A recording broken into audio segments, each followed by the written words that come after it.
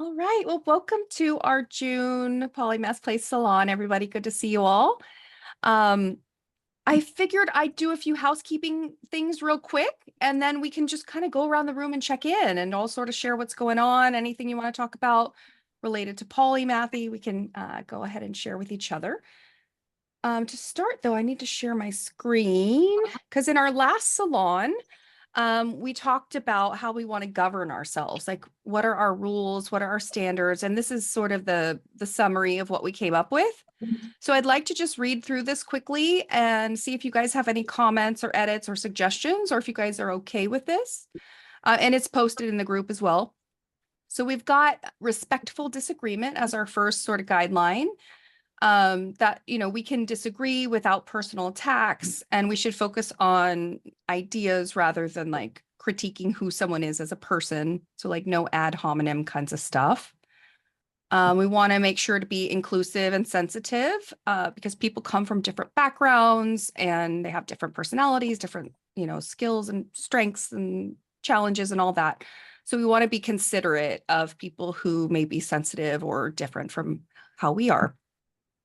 Also, we talked about transparency and participation. So we want people to feel comfortable openly participating, being transparent, like making decisions together, that kind of thing. What we've got next is enforcement and flexibility. So we talked about the mechanisms for addressing misconduct, like if we have to remove someone for some reason, that like they could appeal it, and that there's this balance between being firm and maintaining standards, but also being flexible and accommodating. Sometimes there are misunderstandings or reasons why someone might be behaving a certain way. We talked about community engagement. We like the importance of fostering a welcoming and engaging community atmosphere so people can feel valued and motivated to contribute positively. And we talked about technology and adaptation, like the role of technology in facilitating our community interactions and governance, tools, platforms that might aid us as we proceed. So does that sound fair to you guys? Do you have anything you'd like to edit or add in terms of how, like our rules for ourselves now that we're starting to meet in person? Any feedback on this? Anybody going once? Looks good. I'm raising my hand. Yeah. Oh, sorry. Go ahead, Zinzi. Yeah, I totally agree with this. It kind of sounds like what's this called? Chatham House rules, Mm. where we don't name drop, we use diplomatic tradecraft and these types of things. The technology and adaptation, I must say, I was in a think tank last 2 years ago, maybe. No, last year, and the artificial intelligence is quite terrifying because, well, for many reasons. We're at the point where at least the experts in terms of autonomous weapons, like even 2 years ago, said this is no longer in human control. These autonomous weapons are here and they can be used for direct ascent satellite technology. So in terms of artificial intelligence, I would like to say we'll respect everyone's opinion, but I want them to consider these incredibly important issues. Mm-hmm. Yeah, absolutely. Speaking of technology and adaptation, does anyone else have any other Oh, I see Gianni. Hi. Hey, good to see you. Are you raising your hand to make a comment? Was I guess I've been missing on all of this, so I didn't know about what's all of this guidelines and stuff. So I guess my question is just are we starting a secret society? And do I get No. decoder rings? Well, we've had the Facebook community's been around for a while, and we never really came up. I mean, there's rules when you join the group, like be respectful, no spam, like your typical Facebook stuff. But since we're meeting more regularly and our community continues to grow, I wanted to have what feels like a shared set of guidelines instead of like me making a rule for the community, like when you first enter. Besides outside the context of just what's on Facebook and what Facebook guidelines is. Yeah, exactly. So we meet on Facebook, we meet on Zoom on a pretty regular basis now. And I'm going to tell you guys about this online think tank effort I've got going now as well. That's my other announcement. And so this sort of applies to our engagements over there as well, I would say. Okay. Okay. Well, I'm for it. And if we start the secret society, I'm down for that too, you know. Especially if we get decoder rings. Especially if we get the decoder rings. I'm like, A secret ring. Z, did you want to say something? Good Yeah. to see you. Hey, good to see you too, Angela. Is my mic working? It is. Cool. So on topic about the community guidelines, as far as I can see, this is pretty bog standard, just default basic rules of civilized society stuff. The stuff that shouldn't have to be said, but is good to have down in case someone's just way tripping off their asses and being a massive jackass. Um, as for, depending on the size of the community, rules like this become more and more necessary by the time you scale past like a monkey sphere. If you don't have hard rules and hard enforcement, it really just kind of falls apart.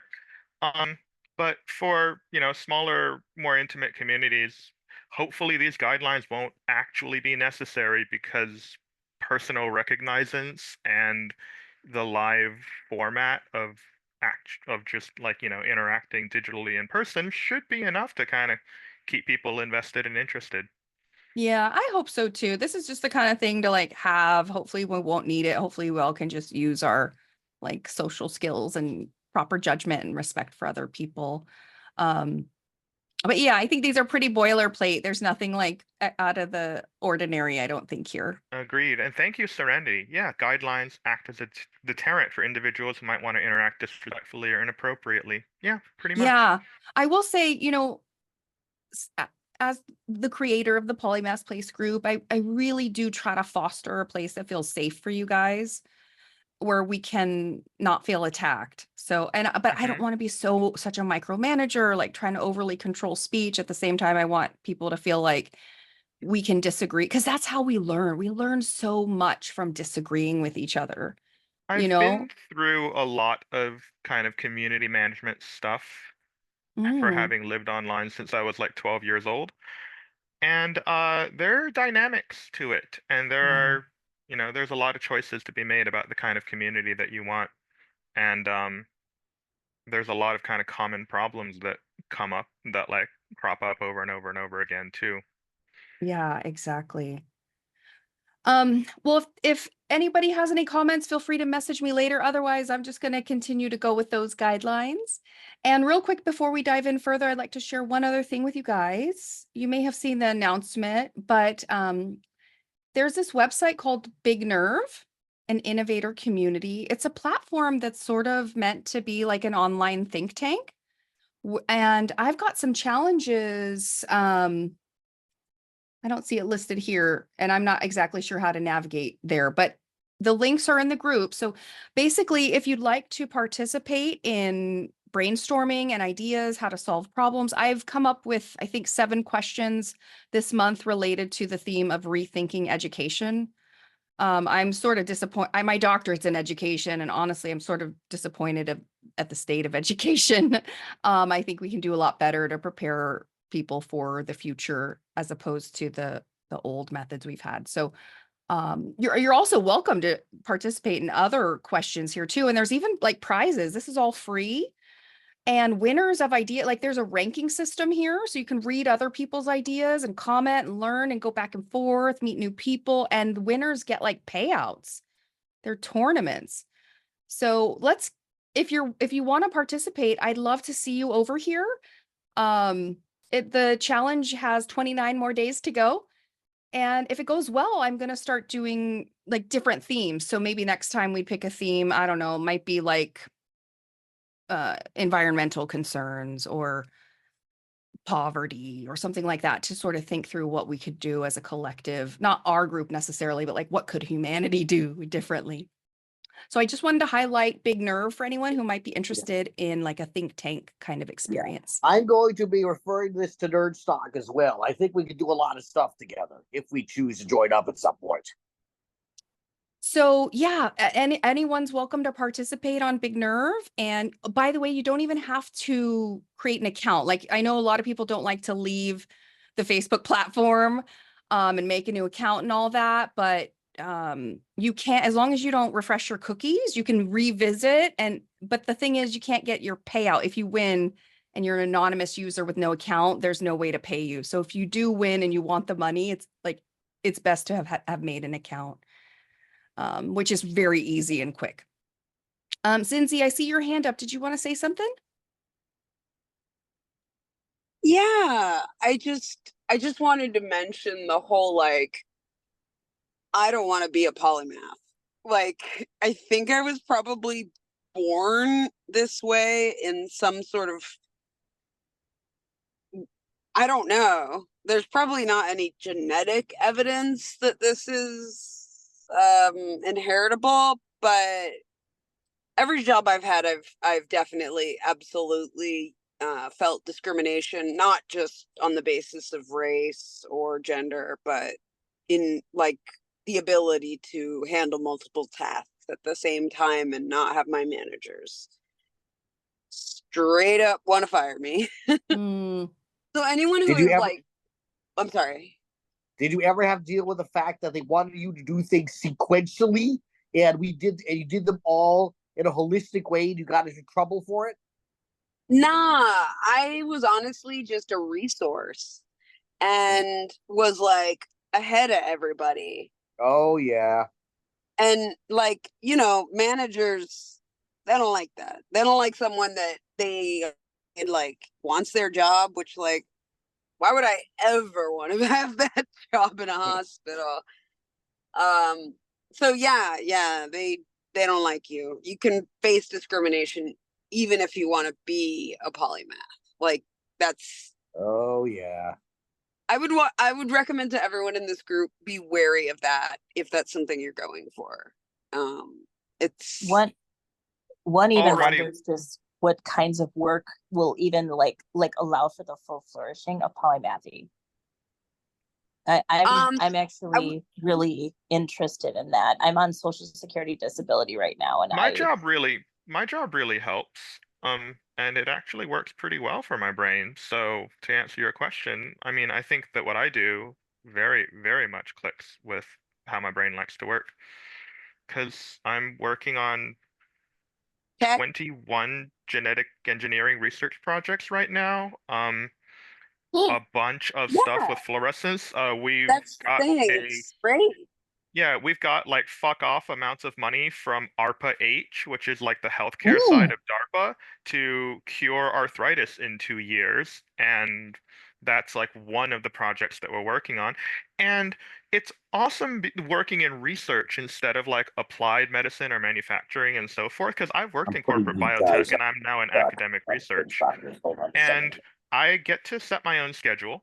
People don't give a shit when I arrive, when I leave, if I have like a 2 hour day, if I have like a 12 hour day, if I have like a, 5 or 6 hour day, as long as my shit gets done.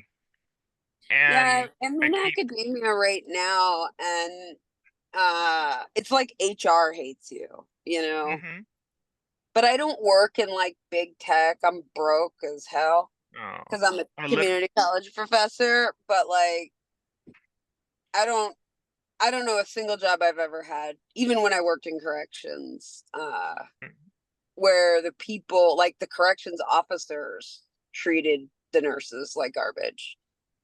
Yeah, So, if you work in CO and very authoritarian kind of top-down structures like that, that's not going to work. Working in like pharma, biotech manufacturing, you have like a lot of rules about exactly how you have to do it. And aren't, the rules are just the way they are by fiat, and they have to be obeyed by fiat and law and so forth. And that's really frustrating. Like that really fucking sucks, is when you have to do something a certain way because you just have to like shut up and do it, otherwise it's not kosher. and also Because they do fire you in industry. the Like, fuck around part is what gets me, when you have a job that literally you get paid to fuck around and leave the discoveries and stuff you do to other people to implement and make rules around and so on. That's a pretty perfect job to answer your question earlier about, what jobs are good for polymaths. Probably research. Do And science. no, I'm in science. I'm a scientist. Yeah. I did NASA work, all that. But I Oh, just hell know yeah. in like, since I've done so much biomedical research, I've Mm-hmm. done like microbiology, all that, NASA work, Department of Defense, like they will just fire you. Yeah. Yeah, they'll just pan you. Like In it's academia, though, people are used to people being eccentric. There's a lot of kind of tenured professors who really should have hung up their coat a long time ago, being problematic and everything. And a lot of fields kind of move forward one funeral at a time. Yeah.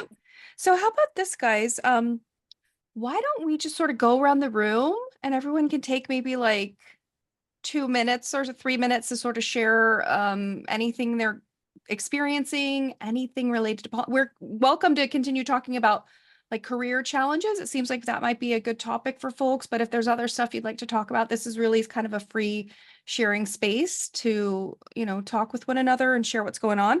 And I'd like to also ask if you're not actively speaking to please go on mute because sometimes we hear background noise. And I'll try to help if that's happening as well. But who would like to start? Who'd like to share what's going on in their world from a polymath perspective? I would like to start. It's always intimidating, but I'll go. I joined a group, I don't know how long, a year, 2 years ago, I don't know. It was just my suggestions, and yeah, I resonated with it. Finding the group is actually how I found out about what it even is to be a polymath. And I'm like, yeah, that's kind of me. So I'm always that person, like when people ask me what I'm into, I'm like, or looking for a job, like I am unemployed at the moment. And, oh, what are you looking for? I'm like, well, I don't know. I'm not an expert in anything, but I'm like Jane of all trades, that jack of all trades, Jane of all trades for women. I learned that term recently. It's called a confident generalist. So I'm part of a Slack community that's for animal rights advocacy. And this guy was hired by that community to be a generalist. So apparently that's a thing. Apparently there are some fields who hire generalists. And if you go into like community management, it seems like some organization, maybe especially in nonprofit, I don't know about like, probably not in pharma or law or anything like that, but in the nonprofit world, a lot of organizations are looking for generalists. So that's something I might be looking at. I don't know. But yeah, I can relate to having career challenges. And I will say in regards to managers, they either hate me or love me. They either hate me because they see me as a threat who's always seeing like the flaws in what they do, or they love me because I always work to improve things. But there's like, it's like there hasn't been any middle. It's like almost all my managers have either loved me or hated me. So That makes yeah. sense. Can anyone else relate with that? I can relate to that, and I honestly think like it's kind of been something I kind of come to a kind of realization of when I started to like kind of re-examine and reanalyze kind of some of the stuff that has happened in my past, and I kind of come to the conclusion, you really can't force people to really appreciate, some of the value or something there, and the way that you are kind of like thinking, because they don't really want to see that. They don't have a vision for that like you do and stuff. So, like nowadays, I see it more as like, you kind of just gotta let people be where they are. They have to have their own mind, their own vision about things. I mean, and if you really want places where you can flourish and do those kind of things where you are improving and giving of your intellect and stuff like that to push things, you have to create it. You can't go into a place that's not open to that and create and make that happen. All right. Thanks, Gianni. Anyone else? Or Serenity, did you have anything else you want to say? Or share? Or does anyone else have any other comments? No. Yeah, I think I introduced myself and talked a little bit of challenges. I would love to hear what others have to say too. And just out of curiosity, where are you based out of? I'm guessing maybe San Francisco? Oh yeah, that's just one of the backgrounds that like a default Zoom Okay. background. I'm in Canada. I'm in Vancouver. Oh, Vancouver, okay. Canada. All right, cool. All right, well, thank you so much. Serenity, who'd like to go next? Did Ser- Oh, oh, okay. Am I? Yes. Yeah. Yeah, go ahead. Did Serenity say that she was doing animal advocacy? Mhm. Yeah, well, I was just thinking, like with regard to animal advocacy, you could think about it in regard to animals having adaptive strategies. This is sort of going off on a tangent, but like animals have adaptive strategies in different scenarios. So, like, and what would be the animal that, like, the standard, I guess, animal that we think about in comparison to a polymath is like a chameleon, I suppose, maybe, or it could be other things, right? But you know, looking at the animal kingdom, I guess, is a great. Anyway, with regard to my thing, I think I think it's really awesome. All you guys, what or and girls. I just it's an Australian. I don't know if is it an American thing to say guys as like a summary of all people, but I suppose it's a bit. But yeah, you know what I mean. Yeah, it's really amazing. So you're in Australia? Yeah, I'm in Okay. Adelaide. Yeah, Adelaide, okay. yeah, it's a sort of city of churches. What time is it there right now? It's 8:30 in the morning. I just woke up. I'm Oh, sorry. okay. It's 9 now. It's 9 now. Yeah. But yeah. What did I want to say? I'm studying group theory at the moment, which is a subset of mathematics. But yeah. There's so much I want to say, but I think I'll give other people an opportunity. Are you sure? Yeah. Okay. Yeah. Okay. Well, nice to meet you and on Zoom. Unless you It's fun to see Nice to some of meet you you. guys here because I see you online in the group, but I haven't always met some of you in person or on Zoom, I mean, but Z, I see your hand up. Would you like to go next? Sure. I'm trying to do this exercise where I talk less because I'm quite good at it and get paid professionally to do it. Um, so I wanted to hear more and learn more and, spend less time just blasting off about what I know. I'm Z. I'm a scientist, genetic engineer. I work with stem Wow. cells, making mutant mice, mouse models, custom cancer lines, CRISPR screens, etc. Just molecular biology stuff. Um, and I'm also a professional magician. I perform like half a dozen-ish shows a month throughout St. Louis. Traveled some places. Performed internationally a couple of times. But mostly local, but mostly just, local weddings and parties and street festivals and so on and what have you. It's a lot of fun side hobby. I'm a gamer. I play probably too much games. I play tabletop RPGs, VR gamer, been playing since I was like 10. And yeah, probably a dozen zillion more things, but I feel like I've talked quite a lot already, so you let me know if I'm going on too much. No, I just think it's so cool that you have the magician in your back pocket and you're this scientist. That's pretty cool. It helps because, there's a lot of people in science who are just not good communicators and just not good at like talking about or even understanding what they do. If I had a buck for every fobby Chinese postdoc with a PowerPoint of 30 slides and 10 bullet points per slide, and then reads those slides for 50 minutes, I would probably retire. It's such a common thing. To not have people who are good at communicating and not have people who are good at like expressing their ideas. And it helps me stand out. I've worked in corporate marketing for a while. And that was quite successful, but not very rewarding. And now I'm back into the lab, working on like core facility research. So we are the people who can't or aren't allowed to get it wrong, and we're the people who do the hard shit so that everyone at the university can each study their individual fields that they want to study within biology. Just out of curiosity, one quick question before we go to the next person. I've been thinking a lot lately about analogical thinking, because one of the powers of polymathy is this ability to like have deep but broad exposure and knowledge.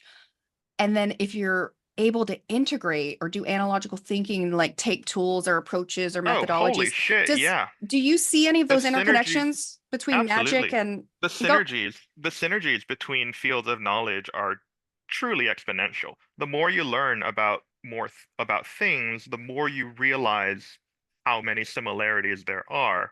As far as the whole, scope of figuring the fuck out about how the universe works, there's symmetries and there's convergences and there's things that happen the same way every time because they have to think that happen across so many fields in so many different ways and so many different contexts. You think that an internet spaceship video game can't teach you, like, and international politics have nothing in common. You think that like a libertarian ideals and the Monopoly Man are different. You know, from fluid dynamics to um from fluid dynamics to physics to biology to sociology to economics, all of these fields are connected because they all run on the same shit, and the entire universe runs on the same shit. And if you understand it broadly and deeply, it really, really helps settle the mind and settle the soul, and it also helps you do more and be more successful in the world. Knowledge is power. Yeah, knowledge is power. Well said. All right. Well, thank you, Z. I see Michael's hand raised. Michael, would you like to go next? Yeah, sure. Good to see you. Yeah, good to Captain see you. Future. Yeah.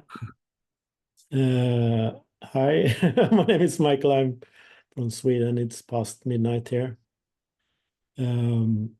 I guess I am a polymath of kinds. I call myself Captain Future, and I've spent the last 12 years not working a day job, but instead spent mostly full-time learning, traveling, doing conferences, workshops, and doing talks and workshops myself, and podcasts and things like that. So that's what I'm currently exploring as well.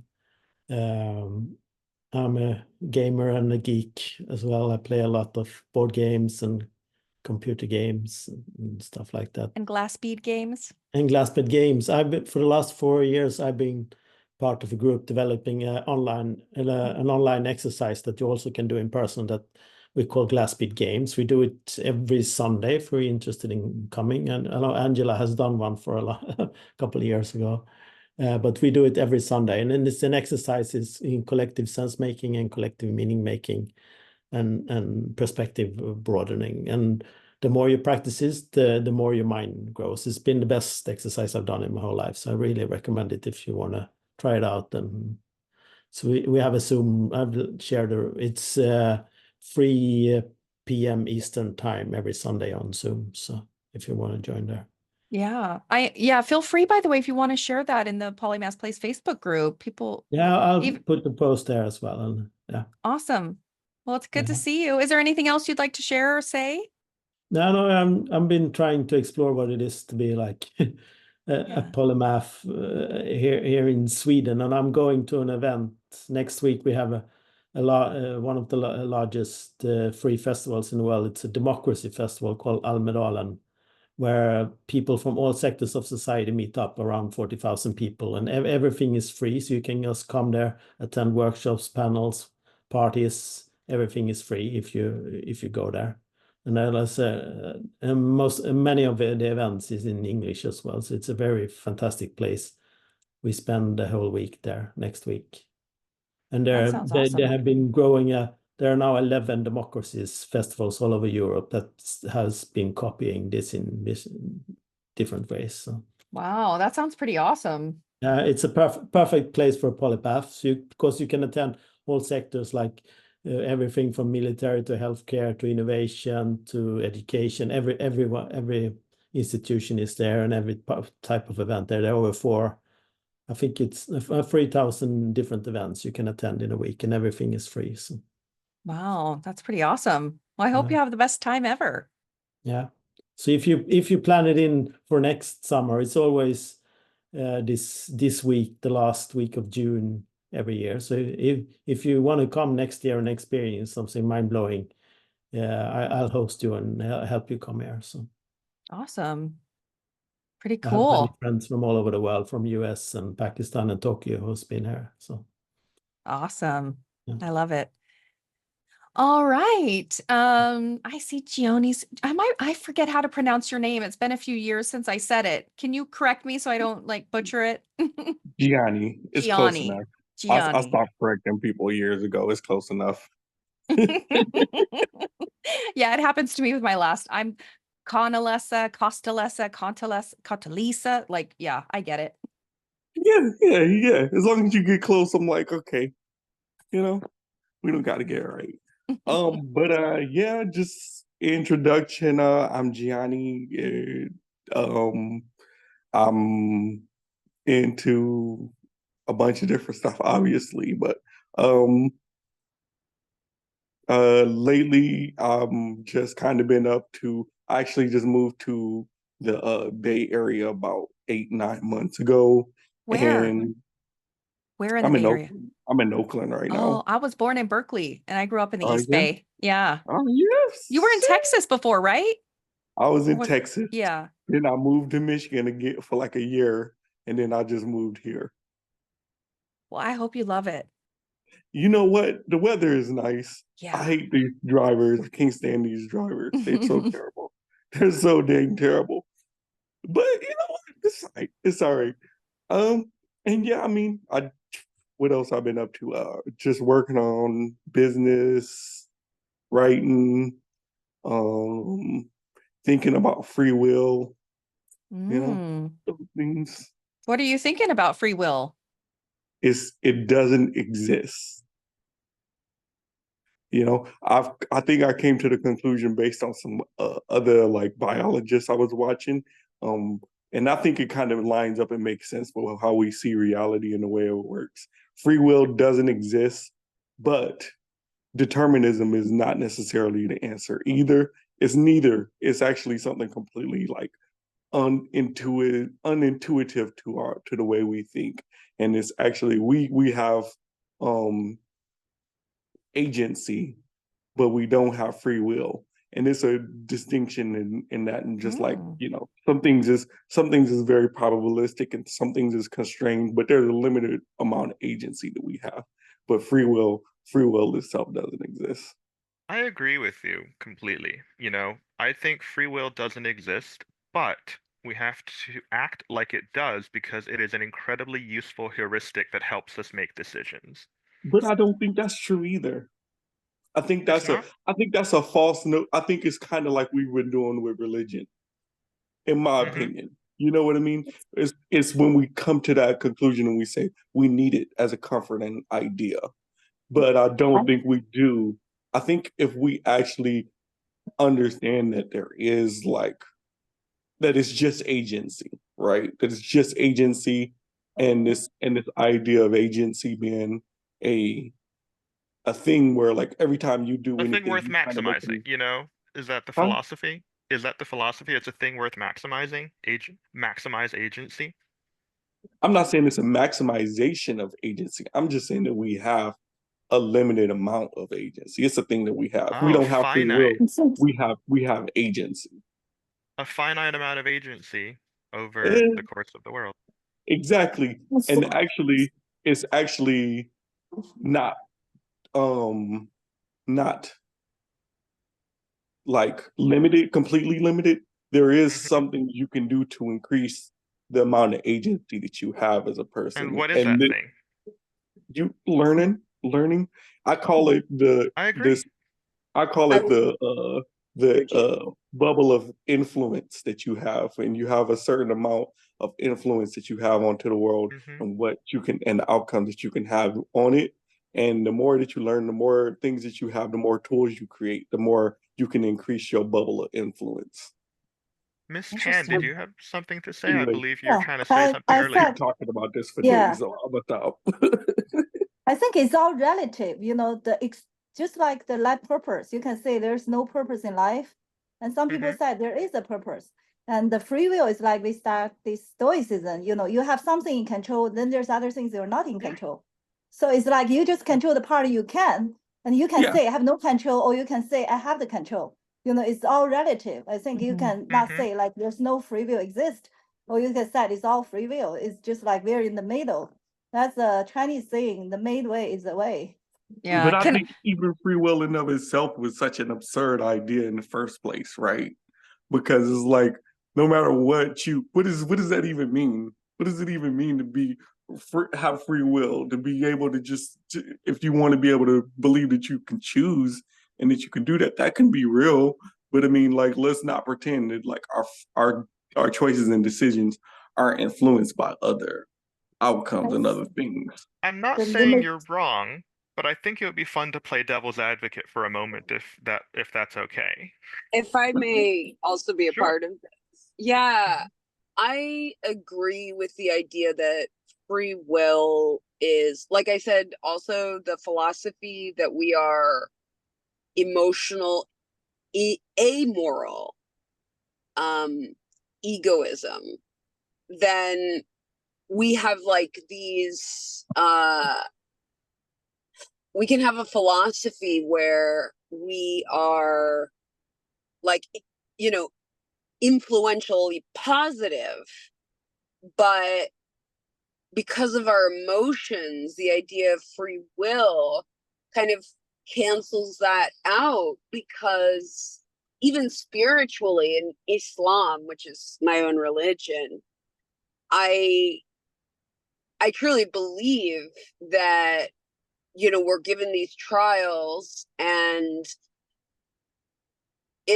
suicide is forbidden in the Quran, despite what people may think. And so our alms that we give in terms of like kindness, all of that is canceled out despite sin your entire life. And so if we think about it in that way, and again, like my expertise is public speaking. So I know I'm like taking up a lot of air in the room, but I don't even need to write notes down. I can just extemporaneously speak, and I'm on radio, broadcasting, that kind of thing. And it's like, for me, I'm also what people will call a polyglot. And because I can just translate back and forth between languages simply by hearing them and then respond. And like I've been able to do this with Spanish, French, German, Norwegian, Ruski, and even like multiple forms of Cyrillic.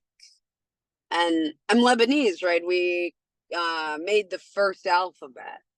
So perhaps there is some sort of connection there, you know?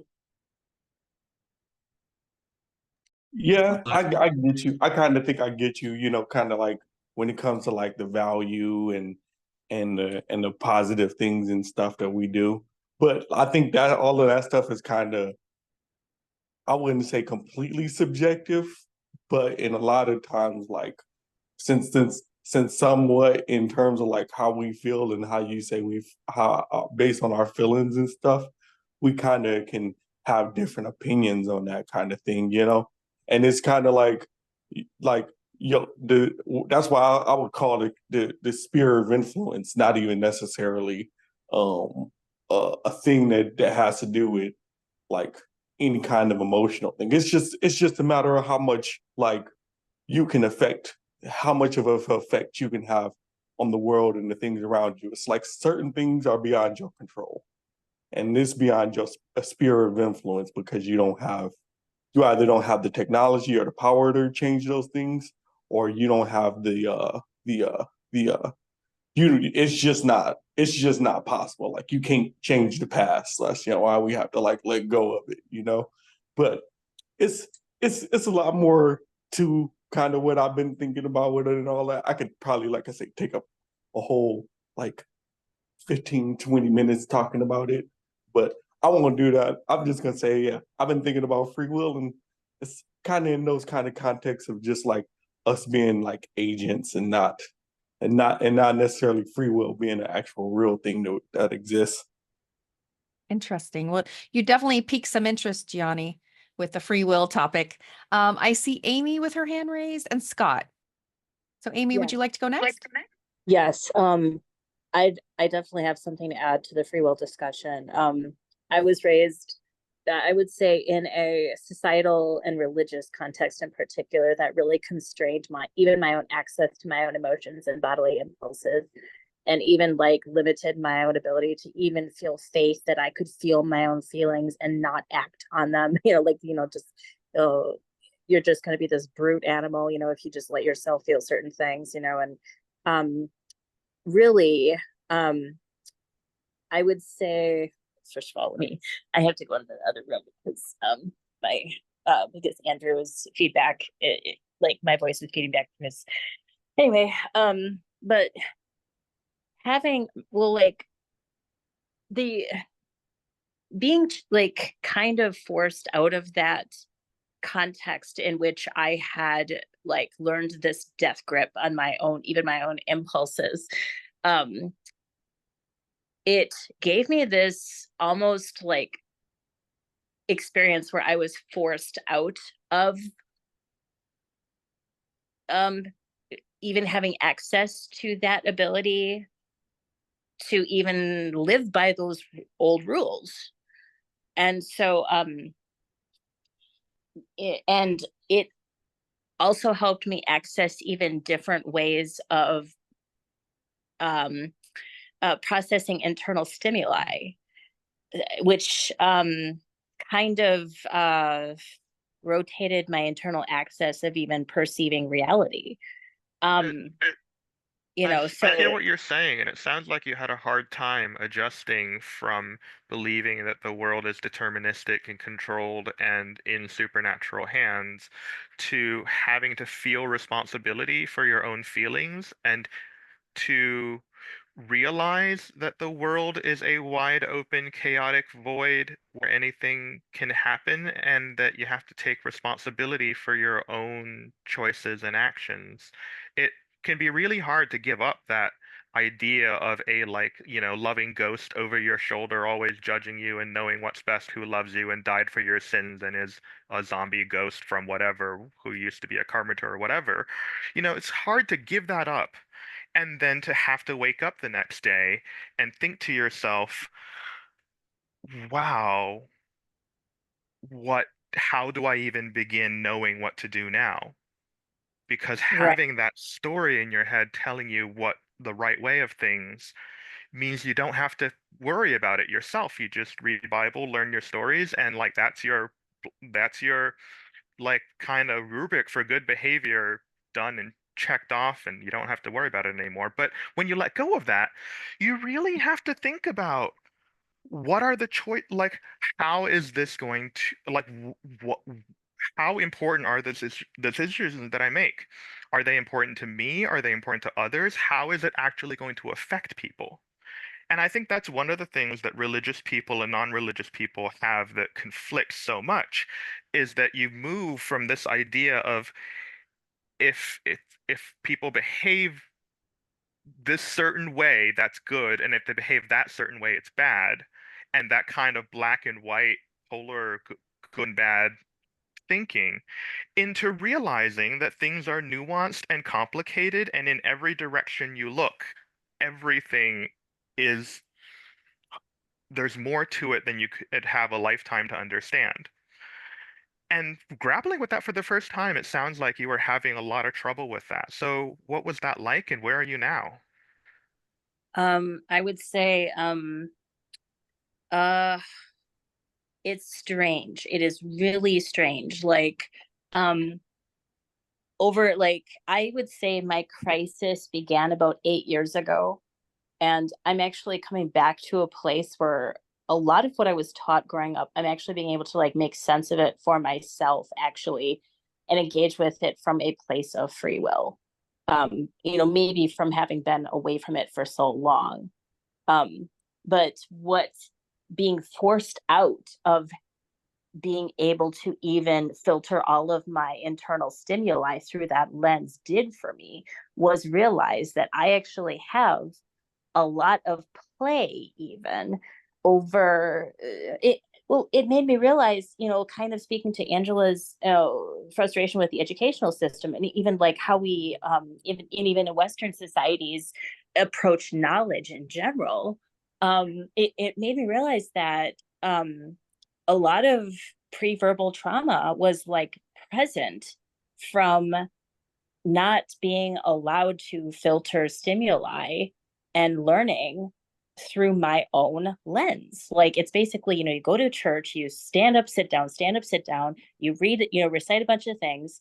When you go to school, you kind of do the same thing. Just somatic intelligence is probably a lot more honored in more indigenous societies and definitely in more Eastern cultures.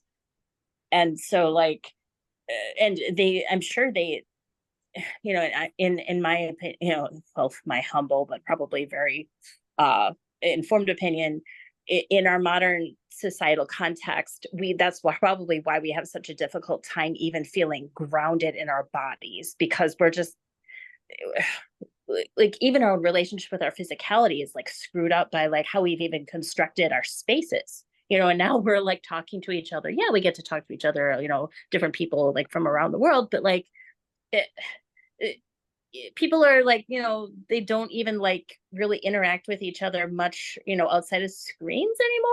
So it's kind of like, all this like, nonverbal communication and cues like that really like feed our humanity and like, do something even for just like what it means to be human. Like where the fuck is that going? So like, I'm kind of also like, we kind of, yeah, I just, and especially when it comes to like the emerging AI stuff, I'm really just all like, come on, guys, there's something so precious about what it means to be human. And I don't want that ever to go away. I want that to be protected in the collective consciousness. And, just, let's not forget just that there's something so beautiful about being biological beings, and having healthy families, stable mental health, access to good, clean water and food, and just being able to just enjoy the simple joys of life. And just, oh my God, Maslow's hierarchy. Sorry, what was that?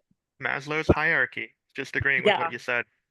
Yeah, and honestly, even like Maslow's hierarchy, like from what I heard, he actually he took the ethos from like, I think it was like the Blackfoot tribe.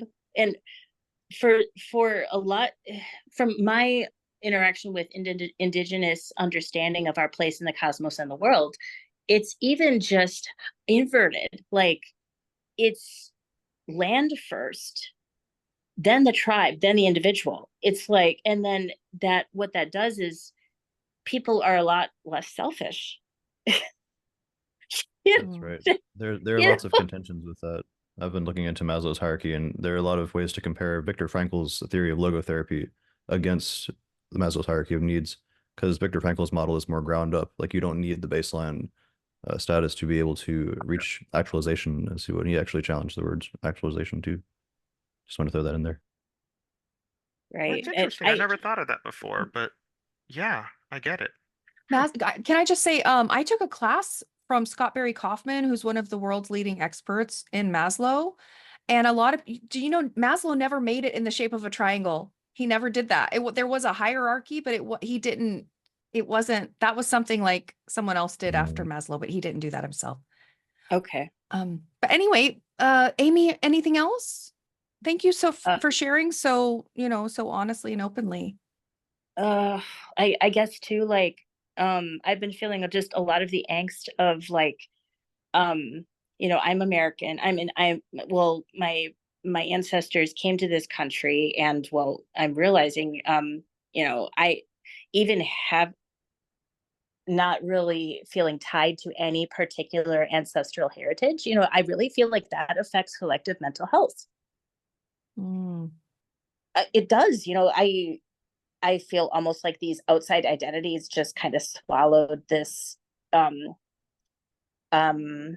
this thing, like we kind of, and I think there's also like a lot of wisdom in this idea that we are our ancestors, but then it's like, okay, in American culture, like what do we do with family, and in particular, how do we treat our elders? It's just something just seems really fucked up, just with the whole America's 300 years old. It's still getting its shit together. Yeah. But something about the way that we've constructed even the idea of family in America just even seems at war with biological health. A lot of things we consider normal in America were basically made up in marketing boardrooms of companies like 40 to 80 years ago, and we're still kind of stuck with them today, and it really fucking sucks. Yeah, That's right. and there's this justice warrior in me that's just kind of wanting to hold on to like the fact that yes, this sucks, no, it's not normal, and no, we should not fucking normalize this shit. Yeah, it does suck, and it's also normal, and no matter how angry we are about it, we can't, deny that it has been normalized. So, shit, man. You know what I think? It feels to me, maybe it's AI, maybe it's the global pandemic, maybe it's the economy, maybe it's the old systems not working, but it feels to me like humanity's in a major transition, and we're all beginning to recognize like all these things that have been done to us and programmed into us and pressured into us and done to our systems that isn't working. And so we're Yeah. grappling with, okay, the old system doesn't work, but what does the new one look like? And we're in this really interesting transition period right now. I get what you're saying on the transition period, and I'll let this be the last thing to say because I see that Isaac has had his hand raised for a while, Scott and Zinzi Scott too. and Zinzi. And I think Scott was next, I think. But yes, go ahead, Z.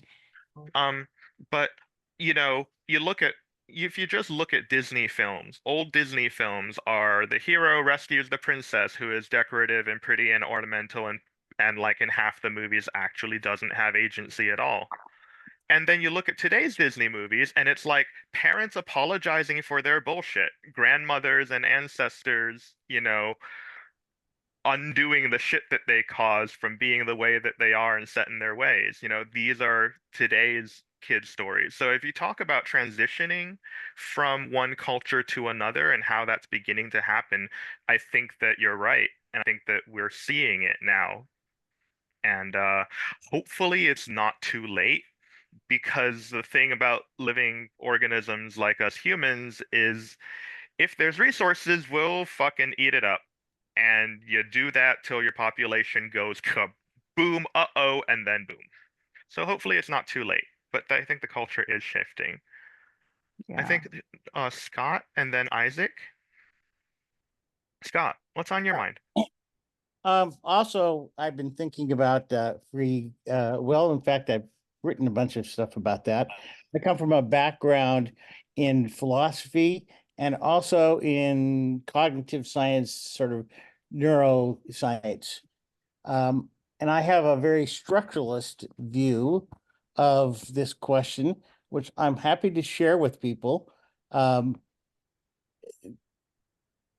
the structuralist view, we go and say, look around us. There are things that we can do and things that we can't do because of constraints in the outside world.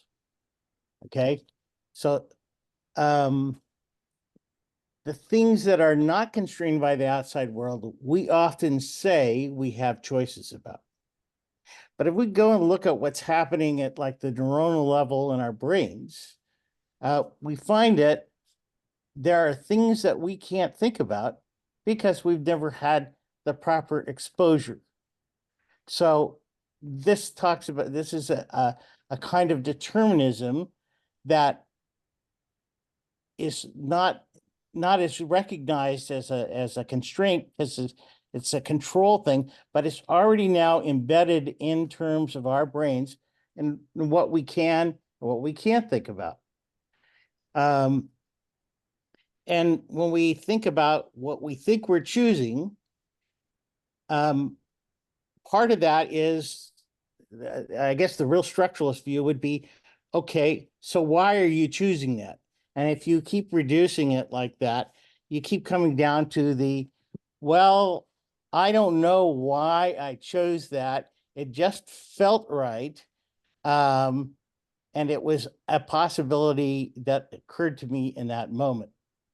Yeah, I think you're right, and I think that there's a large body of research that supports it too.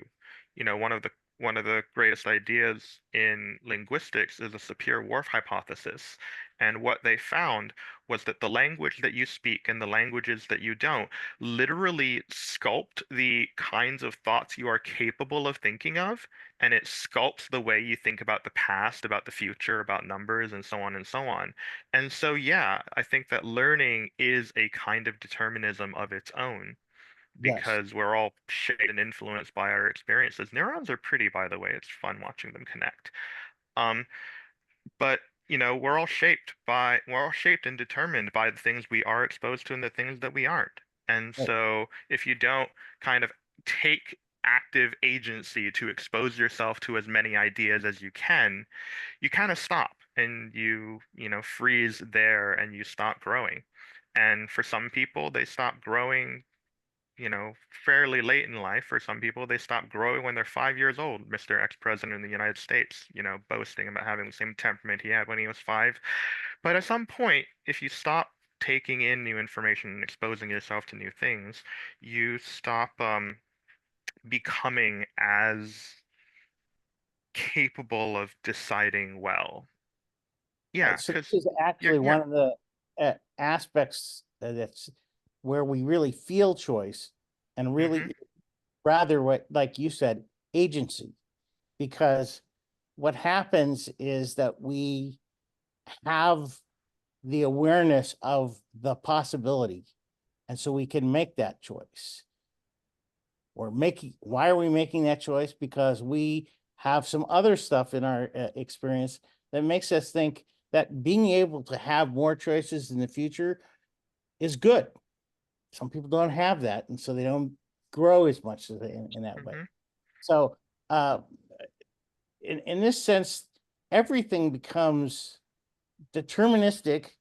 But one of the things that we do have is that one of the inputs that we have is actually our prior experiences. And in particular, for as humans, stories. We tell ourselves stories. We say the world is this particular way. That's a story we tell us because we don't really have that direct experience. And we often sometimes find through things like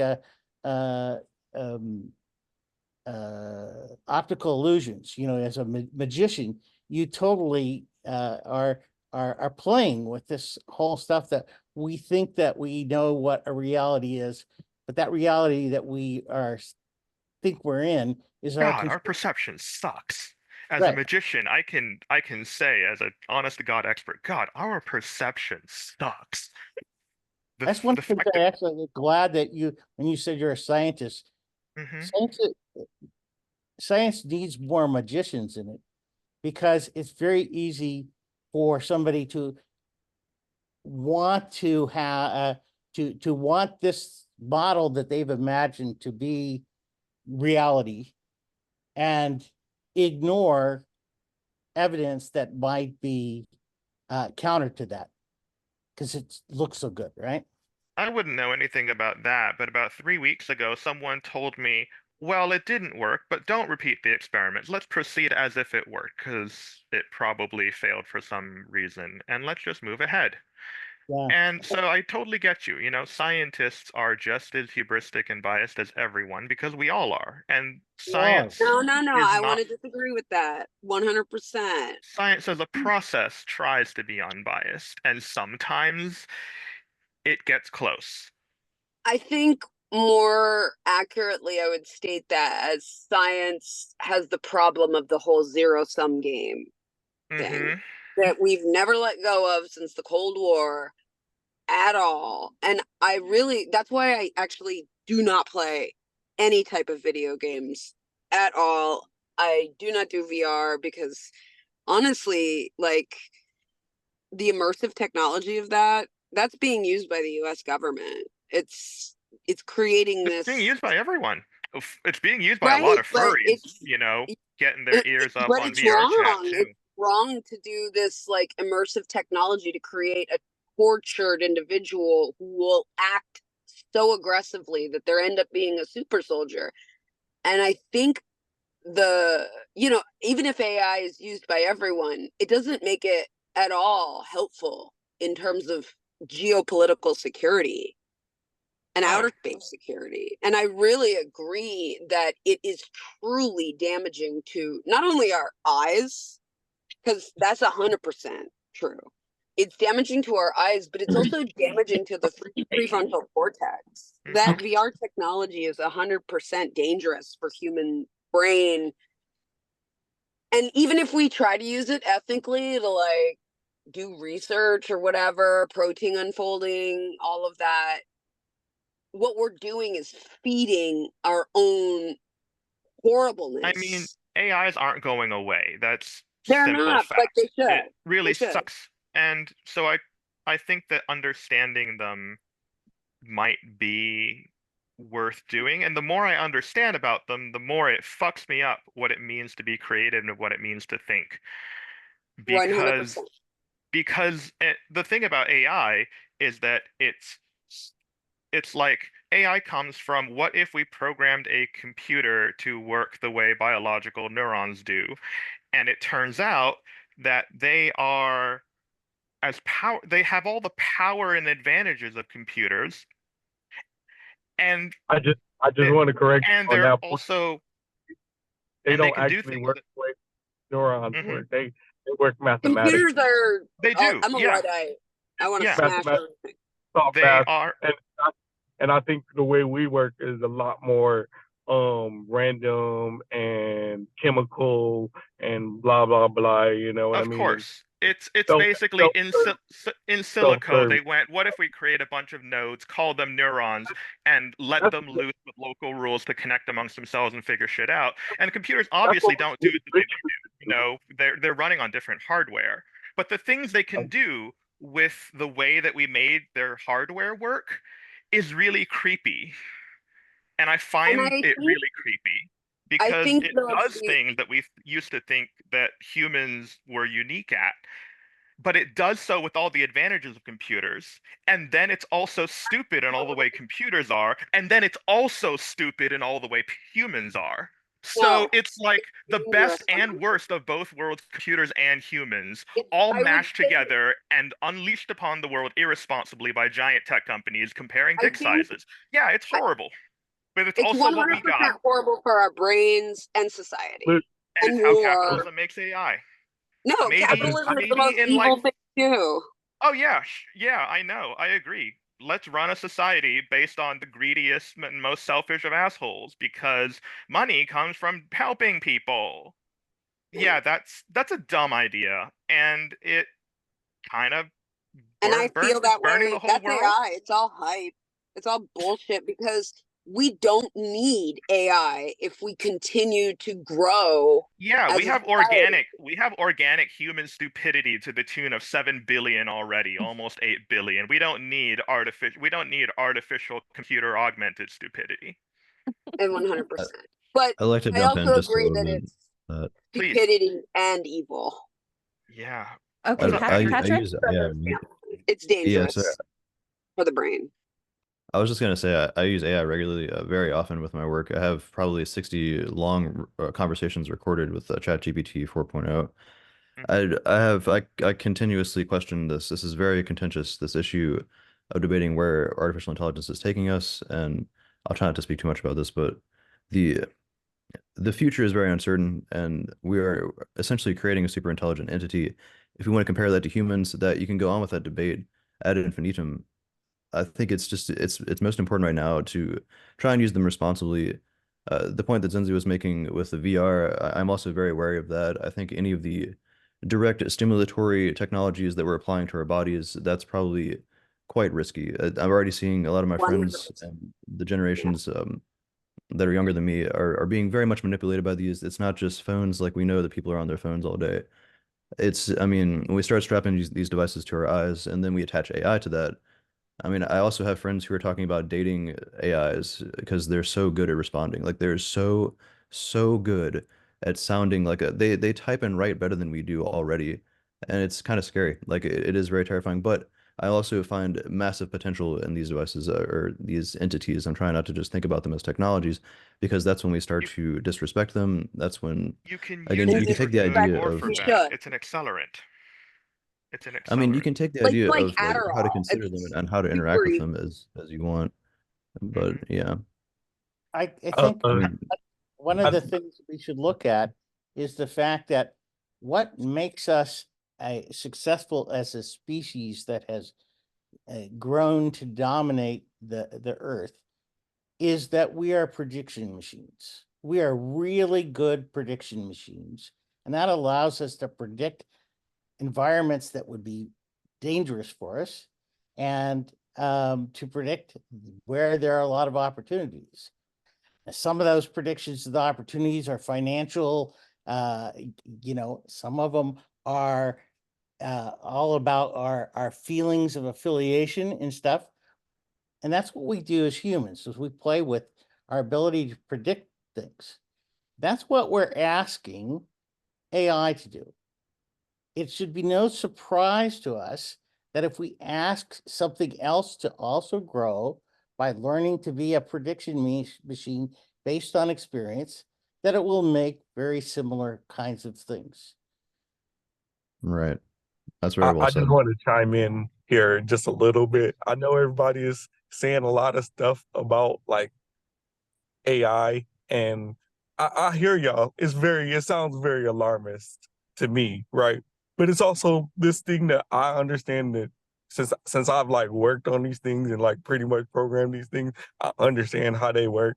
We are nowhere near some of the levels of intelligence that we Oh yeah, are we're nowhere seeing. near We're AGI. nowhere near some of the We're things that nowhere. Yeah. people are scared of, where God this no. thing is going, have God no. its own kind of like mind and stuff like Yeah. that. I mean, Everyone at keeps best, thinking AGI because they're yeah. hyped, but like we're nowhere And, close to and an even actual AGI. even the most advanced thing that you think about that you like, oh my God, that's so mind-boggling. It did all of this stuff. I mean, like, look, I can trick it into saying some of the most stupidest things. I Mhm. mean, it is It's so so dumb. easy. It is It's so so dumb. easy. It's so It easy. it And is it's so so computer easy to dumb. hack.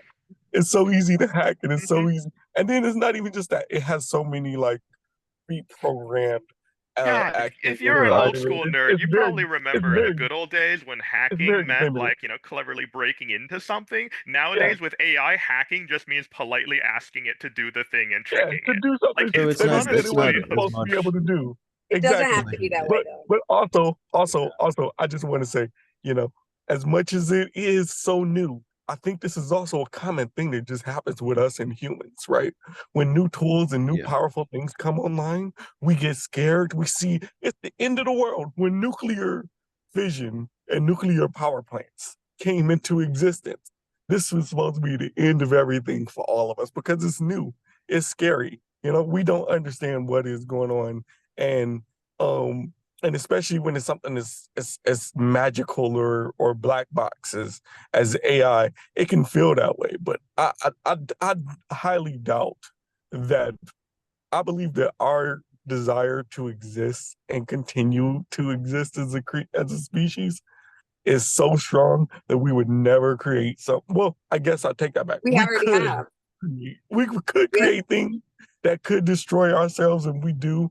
But once we realize the harm and everything else, we quick to try to correct it as much as we can. As much as we can, we don't Yeah. always get it right. quick, We quick to quick try in to correct. quotation marks, because quick went through a period of about 50 years of crazy assholes, waving them at Yeah, each other to try and not Yeah. have to use them. And that was a yeah, bad time. yeah. So I'm But not sure it Always was gonna with happen in quick. this it space. happens. Yeah. It happens. Guys, It's a I mean, process. I It's a process Generations. of new technology. I just don't think it does any harm, any good to be like super scared and alarmist about it. It's new, it's different. We got to decide how we're going to use it. Understood. Amy, I there's something you think want it would be Not great if agree we at all. could get, the It's not press scary. It's just dumb and hype. distinguish And tech bros love it because it can make you money, right? God, Money's fucking everything. tech bros. I feel like I should jump in a think little that bit. Okay, so everybody would yeah, love the okay. fact that it could do the work that they consider drudgery. And Yeah. everybody hears the fact that it might be able to do work that they would really enjoy doing. So But I I think like that You message. know what? You probably know what the have Mhm. with the press right now is this fact that we use this word intelligence and we don't really look at what it really means in terms of AI.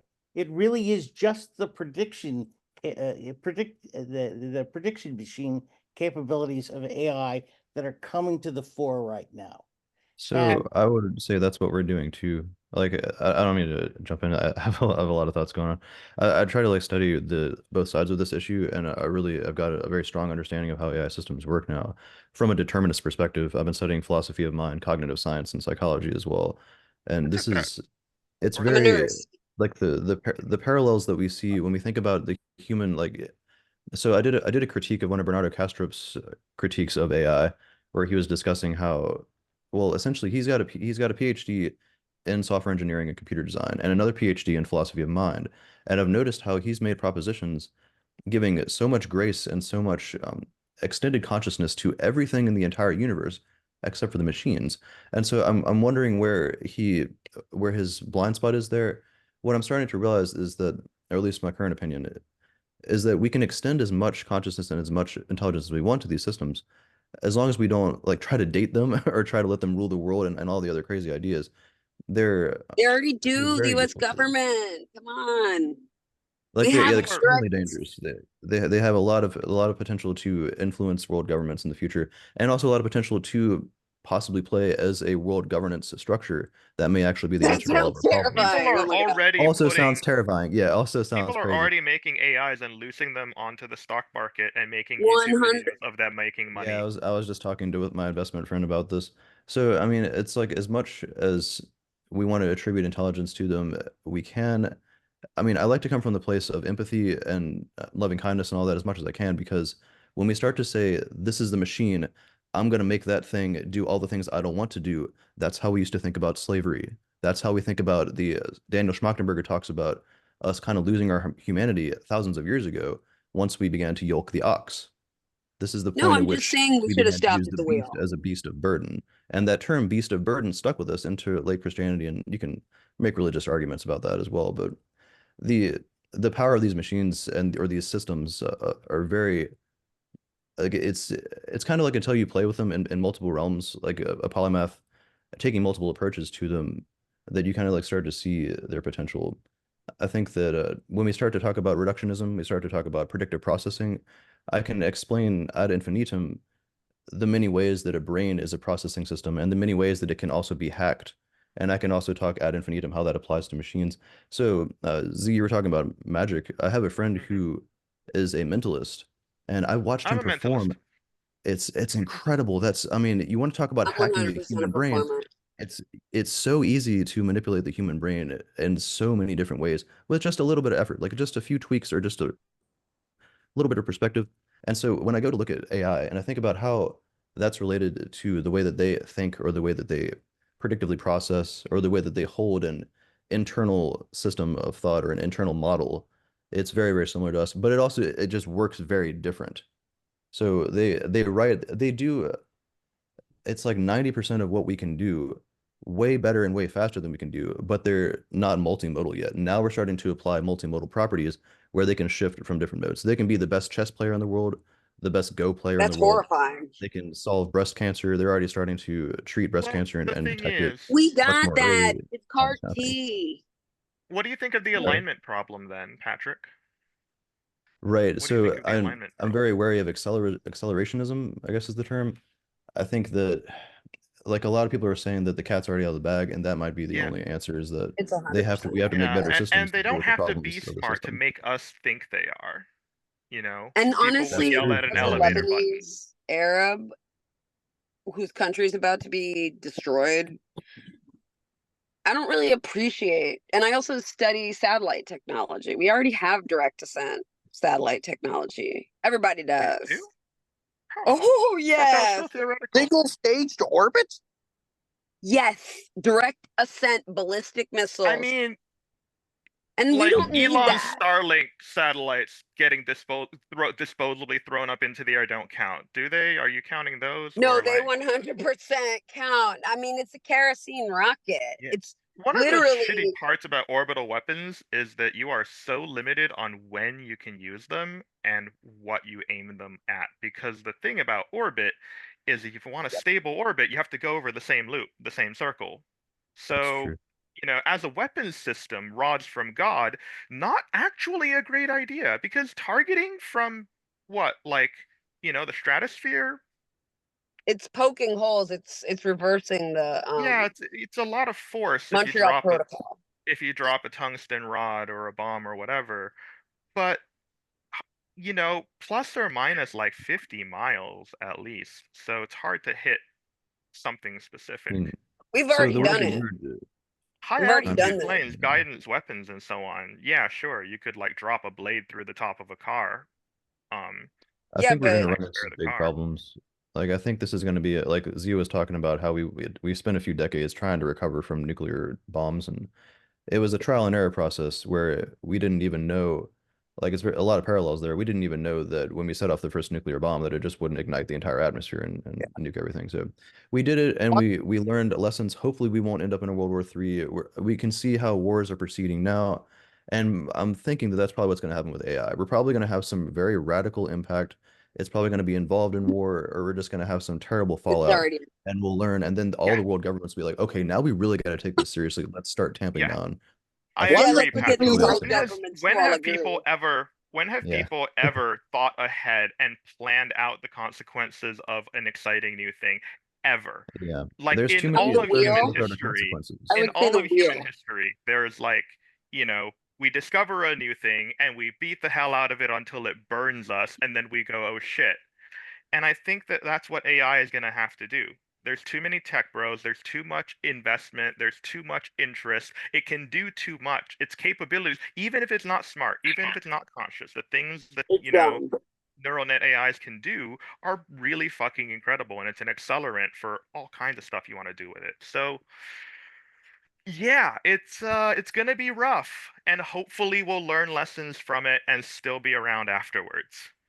Because right now, a lot of the AI scientists in the world, there's kind of a collective, holy shit, hope we don't destroy the world making these things.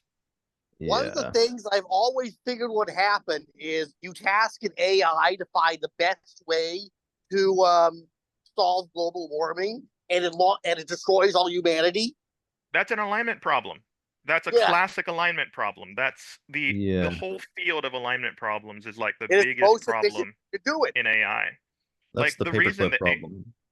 the reason that AI crushes games like chess and Go and StarCraft and whatever is because your ultimate goal, the thing you want it to do, is win at the game. And the thing it trains on is winning at the game. And because of that, yeah, it's going to get really fucking good at the thing.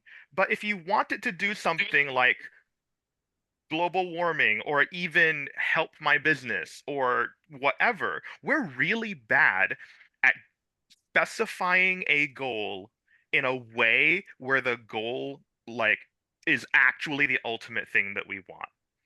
If you tell an AI play Right. Super Mario, play Mario 64, and you punish it whenever it loses, and you expect it to get good at Mario 64, it's gonna fucking go, wait a minute, pause, and I don't have to do shit anymore, and I just win forever. Because getting AI to do the thing we want it to do is a bitch of a problem. Getting AI to do the thing we tell it to do, much easier. And we have to be really, really careful about what we say we want because AI will fucking do it. And that's a big problem when these systems are so powerful and so smart. They It's can the be very paperclip easily maximizer pointed problem. wrong. Yeah. Yeah. They can very easily be pointed the wrong way and, acceleratedly do a whole lot of harm very quickly. But if you prompt them right, if you, set your goals well, if you do your work responsibly and you test the system carefully, maybe it can do the thing that you really want it to do. So it's kind of scary right now. We have a lot of bots that can do a lot of things. They're not artificial general intelligence, but they're super effing good at the things that they were made to do. And Oh yeah. Yeah, everyone's they're the crazy about best them. chemists. Like they're doing like 99th percentile in law.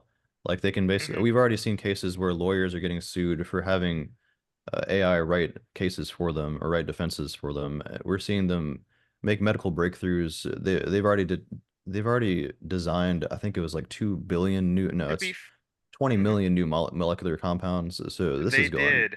They fast. did. You give them a physics engine and they will put atoms together and give you new It's all about crystals. like that's the thing. It's not just language. Like they're really good at language manipulation, but it's symbol manipulation. And this is where I also see parallels with cognitive science.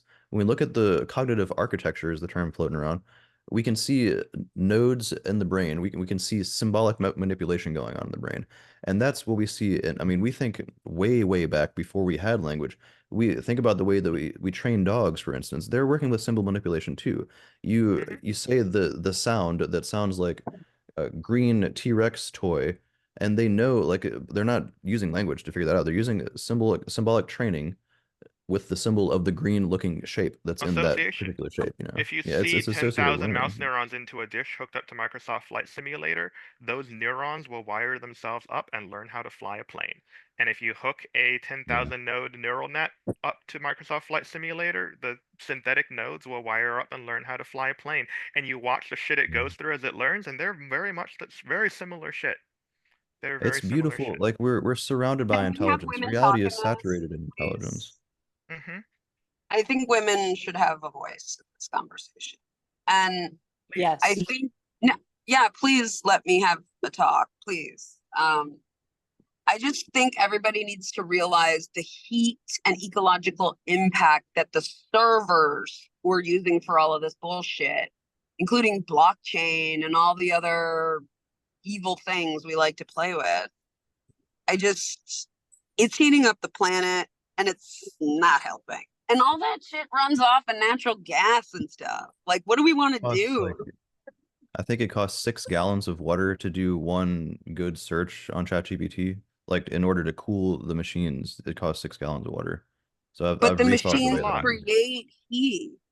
Yeah, And and you we're have to use digging water up to the cool it. earth. We're literally like mining into our planet to get these stupid materials, to get Teslas and get all this BS. We don't need it. I agree We don't with you, need and I that. think you're right. But I think that we're right now stuck in the dog in a cave of pulled pork problem, where if you're a dog and you are like, doing dog stuff and you find a cave that's completely made of pulled pork on the inside, you don't think about consequences to your long-term health. You don't think about, is this the best thing for me? You fucking eat the pulled pork until you're too fat to leave the cave. And when the cave That's is out of bullshit. pulled pork, you die. And that's a thing Not if you're Islamic. and for us, our pulled pork is natural gas, is petroleum, is coal, That's bullshit. No, it all doesn't. the energy under the ground. And we are so addicted to it as a source of easy energy that our energy budget and our energy needs is now like here. And our ability to make energy by means other than fossil fuels is like here. And that's a problem. And we're kind of fucked. You're right. I think All maybe this those shit- computers should have been smashed a long time ago. Honestly, we can write things down. We were going to space before we were having computers. Nobody even realizes the Soviet Union sent a woman to space way before NASA did. Sally Ride wasn't the first woman. It was Valentia Tereshkova. Hey And- guys. Oh, I'm so sorry to interrupt. We're about at the 90-minute mark, and I can't stay too late tonight because I've got a 7-year-old home alone I need to get back to. And I know Amy and Isaac, and like there were some people who never got to speak at all. So if anyone would like to have like a quick lightning comment before we wrap up, I don't want to leave anyone feeling like they didn't get to have a voice. So now is your final chance. Well, I 100% didn't get a voice. I guess I talked, but nobody was really listening. With Zenzi, with my answer, I was gonna actually reference what you said about language and how you had like multiple linguistic capabilities. I was also going to reference Amy's answer. And then in my final thing, I was going to reference all the intellectualization that was going on by generally the males. But I was going to start with the body, which was in Amy's answer, like the, what do you call it? The indigenous cultures and so on. And I'm in an Australian context. So for me, that was like, the Australian indigenous cultures. But yeah, so with regard to Amy's answer, you spoke about and this was all in answer to free will, right? Free will was the beginning point. I can't remember who said that, but it was a very charismatic man sitting on his couch. But anyway, so my point is that yes, and there is a sort of divide here between feminine and masculine, I feel. And Yes. I'm somebody as a male who's tried to integrate my anima. So I see the value of both sides. The intellectual aspect is one thing. And I don't want to make that sound like the male is intellectual, the female is not, or something like that. But I feel like there's a certain style of male intellectualization which is different from female intellectualization. Would you agree, Zinzi? I think that's absolutely true because I think, we've got this, the X and the Y chromosome, at least as we believe we do, right? And that, like, women can be extremely abusive with their power. But, like, for example, in this conversation, it was an argument between, I guess, or a discussion between me and like a bunch of men who were just not listening. And I'm a nurse. I did NASA work. I'm an epidemiologist. I study linguistics. Many times women are not heard. And our bodies are impacted by all of this shit. Especially by men who think they are more intelligent. Yeah, that they don't have access to the same types of stimuli that women do. And we honestly, we are the givers of life. And we kind of, exactly. And softness, maternal instincts, all of this gets squelched when we just forget what it means to be human. Yeah, and sorry to butt in as the male, but I just agree, and I think like the ability to nurture a child into being, like you say, the givers of life, and furthermore, I think the intellectual chats we've had are really good, but I wonder if primarily it's the body that begins the story. I mean, that's obviously true because we start out being born from a womb, and it's the body that begins the story. Then the next thing is the language. So that's how I went into Zinzi's comments about language and the high level. And Zinzi, you seem to be intelligent in all these different ways, and so no, I'm certainly not denying your brilliance, but and likewise with Amy and everybody else here, to be honest. But yeah, we all have different types of brilliance. But and then I think with the typically male-dominated conversations, it was about AI and the potentials of AI. Now, isn't that interesting? I mean, like you can think about the connection between the Tower of Babel. I'm not really religious, but it's just an interesting story. I mean, a lot of people have made that link, and I think, but broadly speaking, I think with now appealing to the male side of it, which I think is up the other end of the spectrum. So I think we begin with the body and the language. Now we can go into the intellectual models. Yeah, well, what I reckon is, so I was thinking about physics and what do you call it? The fact that in the typical view of the body as machine, which has been a Renaissance sort of science view. I don't aspire to it myself, but I think it's a thing that we have to deal with. And the body as a machine is like sort of started with Newton's second law, Isaac Newton. But what's interesting there is that the engineers tried to understand the body as machine. First of all, with this F equals ma, but then you've got the body as but then you've got, for example, a pilot is in a plane or whatever, is putting in inputs to the controls of the plane. So this is, I was going to get into control theory, but my whole point is that anybody who says that physics sort of gets rid of free will is perhaps not really understanding some of the things physics is saying. I mean, I know nowadays we've got into quantum mechanics and Scott, you were speaking about, what do you call it? Neural networks and the way the brain works and so on. But anyway, so was that way okay? off topic from No, what Zinzi and Amy were talking about men talking over women. Sorry, I was raving on. I'll shut up now. Yes, you were. Okay. But it kind of illustrates the point. I'm Go sorry, ahead. Go ahead.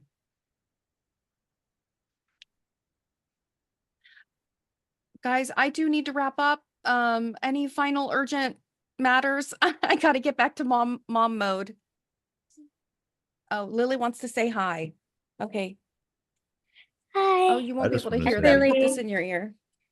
Hi, everyone. Hi, Lily. Hello. Good to meet you. Good to meet you too. Hello. She's been very patient. We're Yeah. about Yeah, to start me too. traveling for the summer. We're excited about that. Okay. Yeah, we should let you go. You guys want to keep going? I can leave this open and you guys can keep going if you want. I can't go like much longer though. No, that's fine. No, you go ahead. You take care of her. You guys want to keep going? Absolutely. Or should I I? would like with me. to, but Okay. I want to hear more about other people's points of Me view. too. So I've Too. read. Here's what I'll Me do. too. I'll just let this go. I'll let it keep running. I'll leave it signed in and I'll just go do some mom stuff Okay. with her. 'Cause she's been alone for almost 2 Of hours. course. So I need to get Of back to course. that. But you guys And if keep you keep- going. And if you keep the recording going, you can always, check in on it later. So, Yeah, exactly. yeah, This is being take care. recorded. Take Okay, care. thank you guys. Be Enjoy well. the conversation. And I'm Thank you for sorry, I hosting, do and need thank to. you for No, organizing don't this and apologize. putting all this together. All right. Don't You apologize. guys have. Bye. Sorry. Bye. Bye. Bye. I guess you're not gonna get us. So I just wanted to chime in and say patriarchy is absolutely horrible and it's still extremely a huge problem in the world. And so if I did any kind of over talking of anyone, please take me on my word at least that I'm saying this has nothing to do with gender. I talk a lot and I have a lot of ideas and I'm just always spewing information. So please, Yeah, I I hope don't that didn't come off like that at all. Yeah, no, it's okay. I've experienced so much of that gender inequality in my life. And it's painful because even in a place like this, it seems like I'm not really being heard. It can be difficult because Sorry. yeah. Can we please let Amy Well- speak?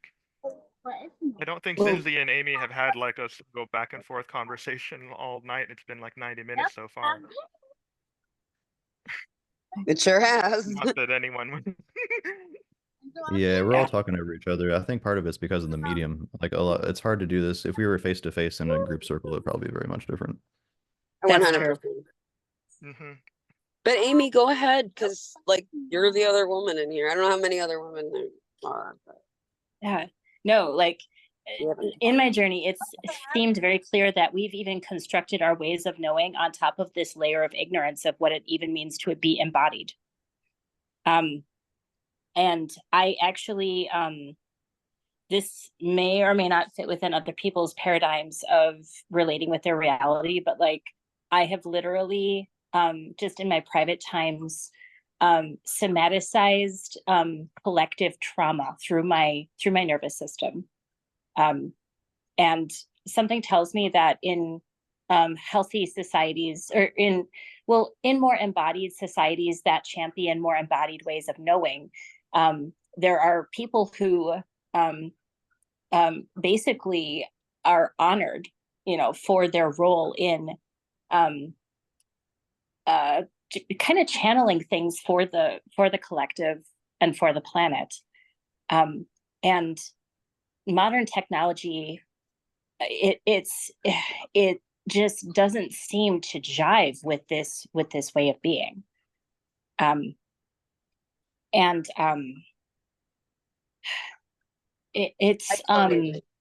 Yeah, just like I've literally at times I'm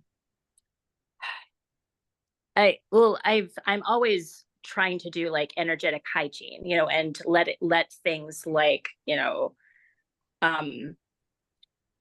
anything that would block my own access to my own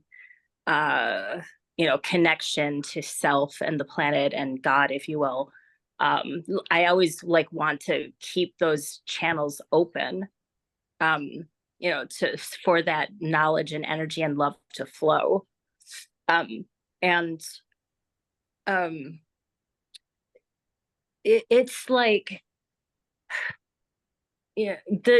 the common template for what it means to be human needs it really needs to be known. It needs to be related with at a collective level for us to be even healthy as a species.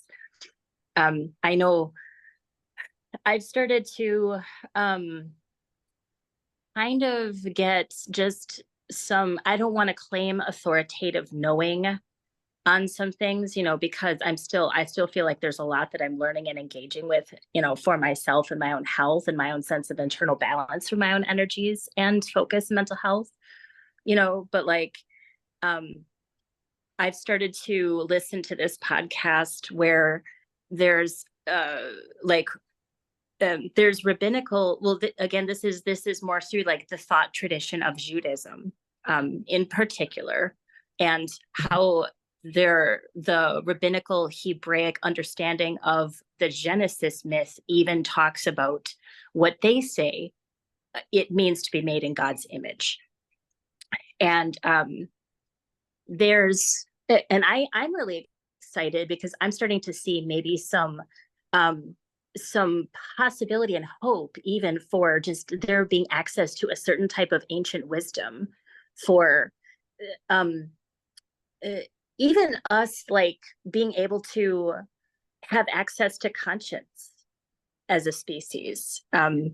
They talk about God, at least in this tradition, being a being who knows when to stop creating and knows when to stop destroying. And almost like, like anger, love, like just balancing the energies within one's own impulses. And it's interesting that I'm sorry, I don't remember your name, but you mentioned the Tower of Babel. In this, I'm listening to they're basically, what they're talking about is there's this redemptive myth of redeeming what it means to be human. And they talked about how in the book of Genesis, where when God actually halted construction on the Tower of Babel, it was because they had overreached an understanding, this dividing line between when it is or isn't okay to create. I feel like I trample on that guiding on that line every day. And yeah, but I mean, but it's, and I'm still listening to the podcast. I'm actually, I'm investing my life right now in engaging with this thought wisdom. What's that? Sorry? I said, send me that podcast. I love to hear that. Yes, and they even connect. You can email me. Yeah, they even talk about how in the Eastern way of relating with the senses and wisdom and information, and it's much more pictorial and pre-verbal. Like it's poetry, it's direct experience with life, instead of well, we're just going to build our own definitions of knowledge. Like it's like, instead of layering trauma that we call knowledge on top of the nervous system, on top of our own embodied ways of knowing, we can engage with life directly through the senses. And Right. it's so beautiful and so mystical. And I really feel I'm hopeful that I can, engage with this, for the, in danger of almost sounding like ungrounded in my thinking. But like, I feel like a lot of my health problems in particular have been as a result of just lack of this embodied engagement with this wisdom of like, when do I learn to rest and when do I learn to work? I love that. 100% love that, Amy. Yeah. And Yeah. I'm so good in the chat.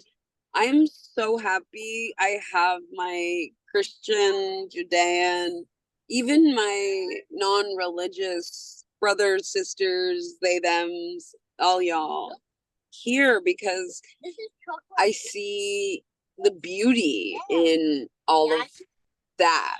I see the beauty in, for lack of a better word, spirituality, Yeah. Amy. Sorry, go ahead. Oh, sorry to interrupt, but did you feel that our words sometimes are obscuring our direct experience with reality in the way that you've said it? Something even tells me that we, as a collective, when we started using non-pictorial symbols to communicate ideas, I think we distanced ourselves from something essential within ourselves. And what gives the advantage to the pictorial symbols, or what gives the expressive nature about the? Do you mean like the Egyptian hieroglyphs or something along those lines, or? I mean, well, we think in pictures, really. Mm-hmm.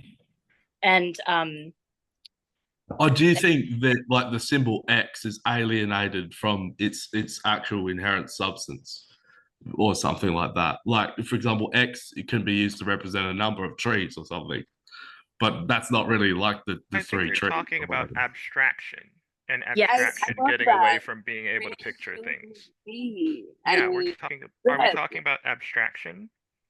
Yes, almost like we've become afraid even of like what it means to even be mortal. Mm-hmm. Oh, being mortal sucks. Who wants to think about that? Terrified of I don't think we are mortal.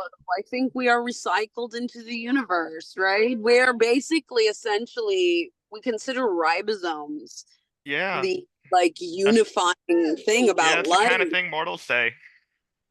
That sounds like the kind of thing mortals say. Right. Yeah. I mean, don't you believe that there's physics in the universe? Like, yeah, but physics is apathetic. Mother Nature is an apathetic bitch who doesn't care anything about us. The world operates by rules and mechanics, not vibes and feelings.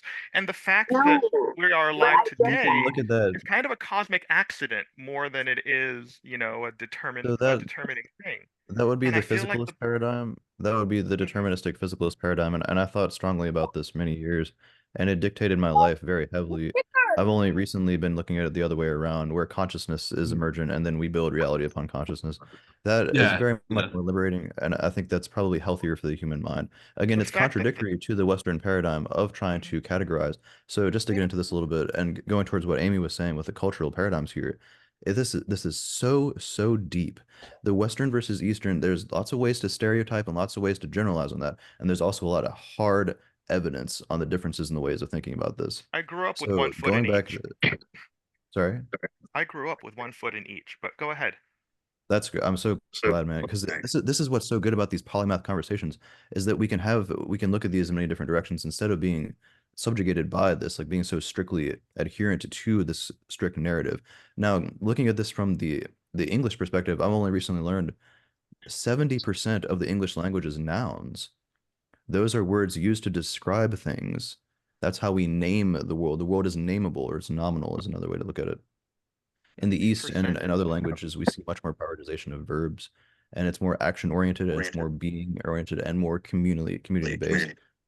There are lots of ways to also make generalizations about that, but it's very much true.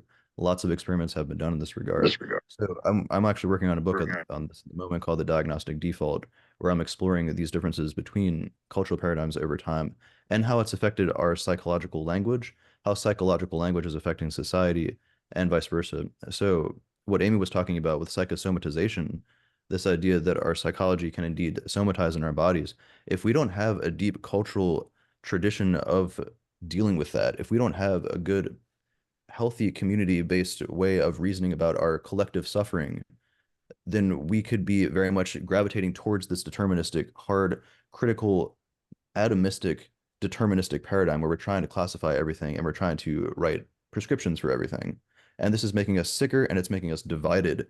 And we also lack a history. We literally lack a culture in America. A lot of people have made fun of this, saying American culture is just apple pies and baseball or whatever. Like, I mean, it kind of is that simple. You know what I mean? Like that we don't really have a deep set, thousands of years old tradition of knowing what it is to suffer together. So, for example, there's a book called Crazy Like Us, The Globalization of the American Psyche by Mark Waters. And he talks about how in Sri Lanka, they have, it's called Can The you Gaze put of the that Wild. in the chat? I'd love to I'll read. put it in the chat. He talks about the gaze of the wild. This is the idea that the because it's a very war-torn area, they've developed a language on how to deal with trauma. And then we took our American version psychology terminology, went over there in the thousands and tried to help people. And what we did is we gave them our version of diagnostic, deterministic, reductionist classification. And it fucked everything up. It destroyed, they made people start using our terminology in ways that's counteractive to what they have well set for thousands of years in their tradition. So that's just one example.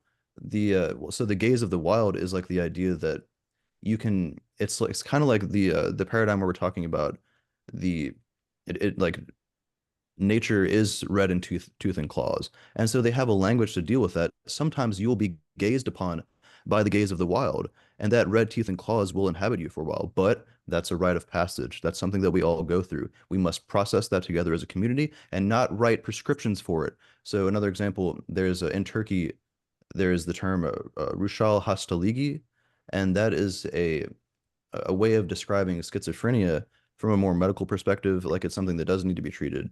And then there's another term called Akil Hastagi, which is more of the rite of passage narrative. And what studies have shown is that when people use that language, people tend to get over, or at least very much improve upon their conditions. So we're looking at this, and we know about this. We have a ton of literature on this, and yet the American closed-minded way of assessing the situation is it's counterproductive, and we don't have a way to think about what somatization even means. We're just absorbing existential crises. This is what Irvin Yalom talks about, and we don't know what to do with the existential crises of life. We just prescribe them, we write labels for them, and we diagnose ourselves, and then we end up borrowing terminology from, this is what I'm talking about with like the diagnostic default, is to default to diagnostic terminology instead of going through the rituals, instead of going through what you need to do as a species to process what needs to be processed. Anyways, You're that's all I have to say. completely right, and I get that. And on that, it actually reminds me of this curious medical factoid that Americans with schizophrenia, the voices who hear voices, the voices are predominantly negative, they're predominantly hostile, they're anxious, they're paranoid, they're fearful. And Indians with schizophrenia have the opposite experience where the voices they hear are predominantly positive and predominantly helpful and supportive, which is why in some cultures schizophrenics are considered mystics and holy, and in other cultures schizophrenics are considered I would mad. just Right. And That's true in and Africa that's too. and that is In so Africa, interesting, the way that culture and abstraction and the ideas that we take in shape us. And then the whole thing was colored back then. Hey, as a schizophrenic in the Australian context, or somebody that has been given that label for what it's worth. I do find that when I'm in those periods of time where my mental health is not good, the sort of the rhetoric in my mind is very negative. But I'm assuming that that would not be the case for like people in, for example, in like Indigenous Australian groups, or like that are not significantly merged with Western ways of being. Yeah. That But is what the yeah, literature seems to suggest. yeah. It's like the older the Um, cultures are, yeah. the more ways they have, like the more of a well-developed language, as well as like getting out of the language paradigm entirely. Sometimes you see in a lot of the African rituals of healing, they'll have it's just participatory, just symbol based, where they'll wear masks that represent the particular kind of trauma or the particular kind of disordered state, is the term I tend to use. And they act that out. Sometimes they'll even do very dramatic actions where they like wake people up in the middle of the night just to access the hypnagogic states or the hypnopompic states, because those are times that the brain is very receptive. And we can debate if that's good or bad or whatever, but what seems to be the case is that you see a lot less disorders, you see a lot more health when your whole community is involved and when you have a rich traditional heritage of handling all these situations. Those And I are noticed that traits, by the way. Z was Yes. talking about the pharmacological stuff at the very beginning of the whole conversation. I can't remember what you were saying, but you were maybe critiquing the whole the what do you call it? The system by which we get medication. Let's call it that. The Was that medical true? industrial Is that true? complex. Oh God, it And sucks. yeah, and I can testify to that. It's the same thing in Australia. I'll see you later, Gioni. But like in Yeah, Australia, only capitalists could think it's a good idea to make a healthcare system that squeezes blood and money from sick people. It really yeah, takes a fucking capitalist to make something like that. You know, have you heard the term every patient cured is a customer lost? Yeah, there have been pharma companies who have, like, put the brake on things because curing certain things and spending huge amounts of R&D on a drug that someone takes once, not that great. And uh, having worked in pharma myself, like, I get how executives think. I have met way too many. They're all yeah. assholes. And it's really awful that, like, the work that the scientists and the researchers do to create all of these things, they have to be monetizable in order for that work to get done. And the hope is that maybe we do some good along the way that translates broadly and helps a lot of people. But also, in the canonical capitalist defense, these things start out expensive because they have to be made, they have to be engineered, they have to be envisioned, they have to be created, they have to be built, they have to be, the infrastructure to make enough of these to distribute them. All those have to be made. So it starts out expensive, but then economies of scale, if you're making something that truly everyone wants, economies of scale eventually bring the price down, which is really bullshit because they're like, oh, well, no, let's flip a hydrogen bond over here. And oh, whoa, look, new patent, new 10-year exclusive period, huzzah. And it's like, we try to do good through the sciences. And at the end of the day, we do less good than we think in a less biased way than in a more biased way than we like to think. And we're just fucking around. We're just smashing bits together to see what comes out. We're just smashing atoms together to see what particles come out. And we're, coming up with ideas and abstractions about how they work. And yeah, it disconnects us and it like, is not the embodiment that you were talking about, Amy, but it fucking works sometimes and it does some pretty cool shit as well. But a lot of things that we take for granted nowadays that we couldn't imagine living without, like, insulin and medicine and, electric lights and And so this, and what we're doing refrigerators. right now. like Zoom Yeah. meetings. That's the result Yeah, of technology. the amount of abstraction that it requires to make a bunch of glowing screens of crystals powered by lightning show images of people and allow people to have conversations across the entire world. That's a lot of abstraction that it takes to make that happen. And I think I get what you're saying, Amy, that this isn't something that is healthy all of the time, but I think that some amount of it surely does some good too. I mean, I just think we need to balance it with empathy and I agree. just like have just a really God, like, do we need more empathy? well, just just like to really empathy. have It's humility, gonna save us all. you know, humility in relation to like our relationship with nature itself, you know, and Yeah, we're a naked ape that dominated the world by our ability to cooperate, and we should do more of that. I think when we talk about that whole like we're meat machines thing, who was it that said it? Dawkins, that stupid monster who Charles like Darwin, Jeffrey Epstein. really. God, I used Well, to no, look I up mean to Charles Dawkins. Darwin. I think if we He talk about introduced it. Dawkins, well, I mean Darwin, right? But he wasn't a molecular biologist, right? I No, mean, he you was can an take it all the way evolutionary back to the biologist. ancient Greeks. He was an like with the ethnic, atoms. yeah, and that's gone back a lot. But the idea of being like a meat machine, that removes our humanity, and the idea that we're meat machines is fundamentally racist in a way. It's and he's a racist. Like, I think Yeah, people he should. is hella. He's hella he's old. Oh, yeah. He's old white Oxford aristocratic scientist Lord Man. So He is that's aristocratic, Dawkins. that's the key word there too. This can be traced all the way back to Aristotle. This can be, so I use the term atomism. That's when they were talking about people down to the very atom. That's when the word was invented. It was actually Democritus. Atomos.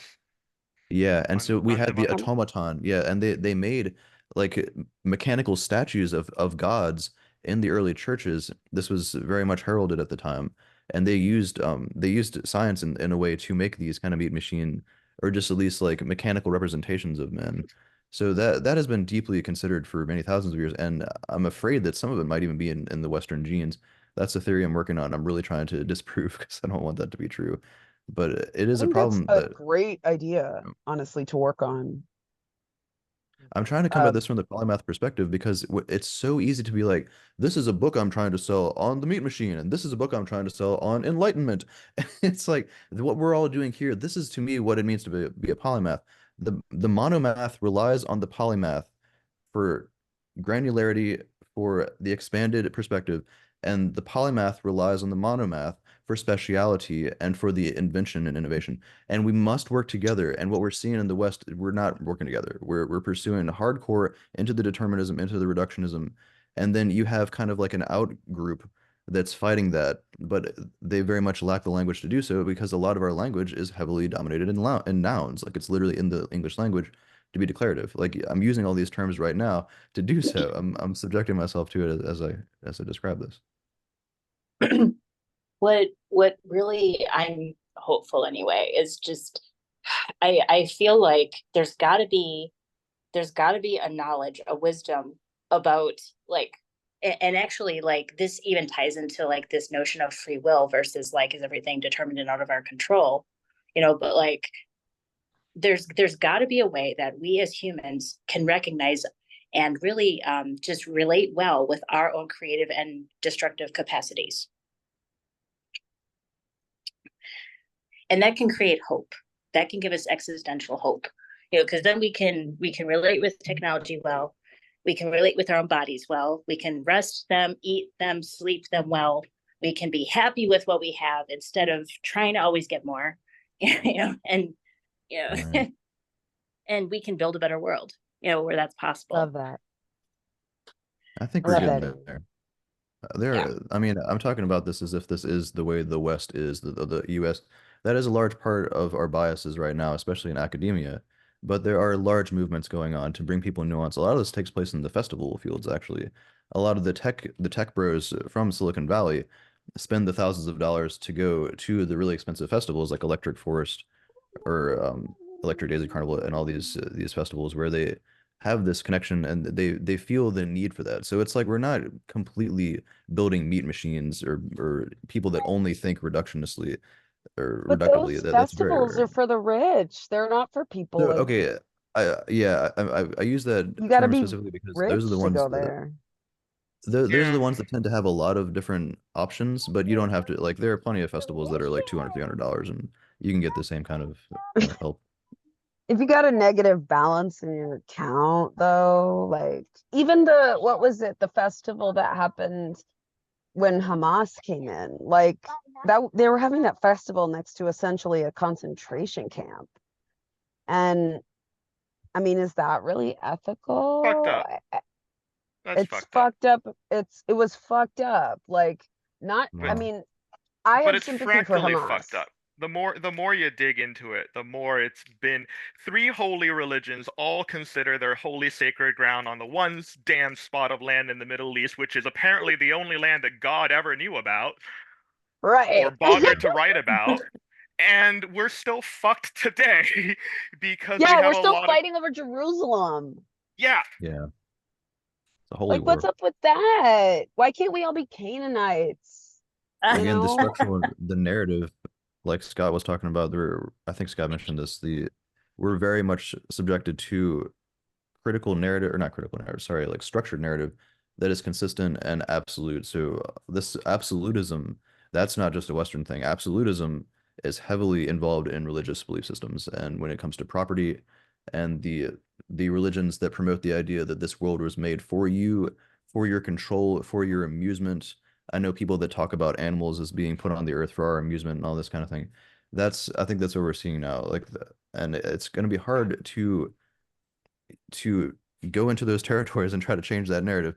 And you're not going to be able to Yeah. get across to people, I think, on the internet with this kind of Bees mission. play with balls. Dolphins puffer, puffer, pass. Elephants remember who were kind to them. Everywhere we look for consciousness among animals and among life, we find it. We think that consciousness is a thing that's special to us because nobody will ever care about us the way we care about ourselves. And we have that, we have this feeling like we have free will, that our choices matter, and so on. But everywhere we look, among life and among silicon wired up to think the way our heads do, we see choices, and we see choices. We see, creatures making decisions, having fun. We see play. We see memory. We see all these things. It's just emergent. Absolutely. I think that We even see it can art. be emergent from anything. There's a reported incident where somebody was smoking a cigarette outside of a like a area where there were dolphins near the shore, and one of the dolphins imitated the smoke from the cigarette by going to his mother's milk and then blowing the milk. And yes, so that it could be interpreted as art. Yeah.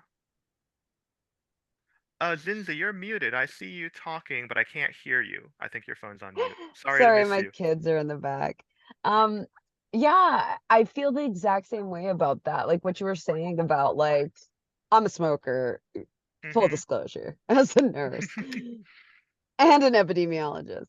But like, I love the idea that like we do have like out here, I don't know where y'all are. I think honestly we should get together for like some kind of like in-person thing because it's so much easier to communicate that way and like get together and like understand each other. So I'm kind of near like I'm south of Vancouver. I'm in this like tiny area called Cedro-Woolley.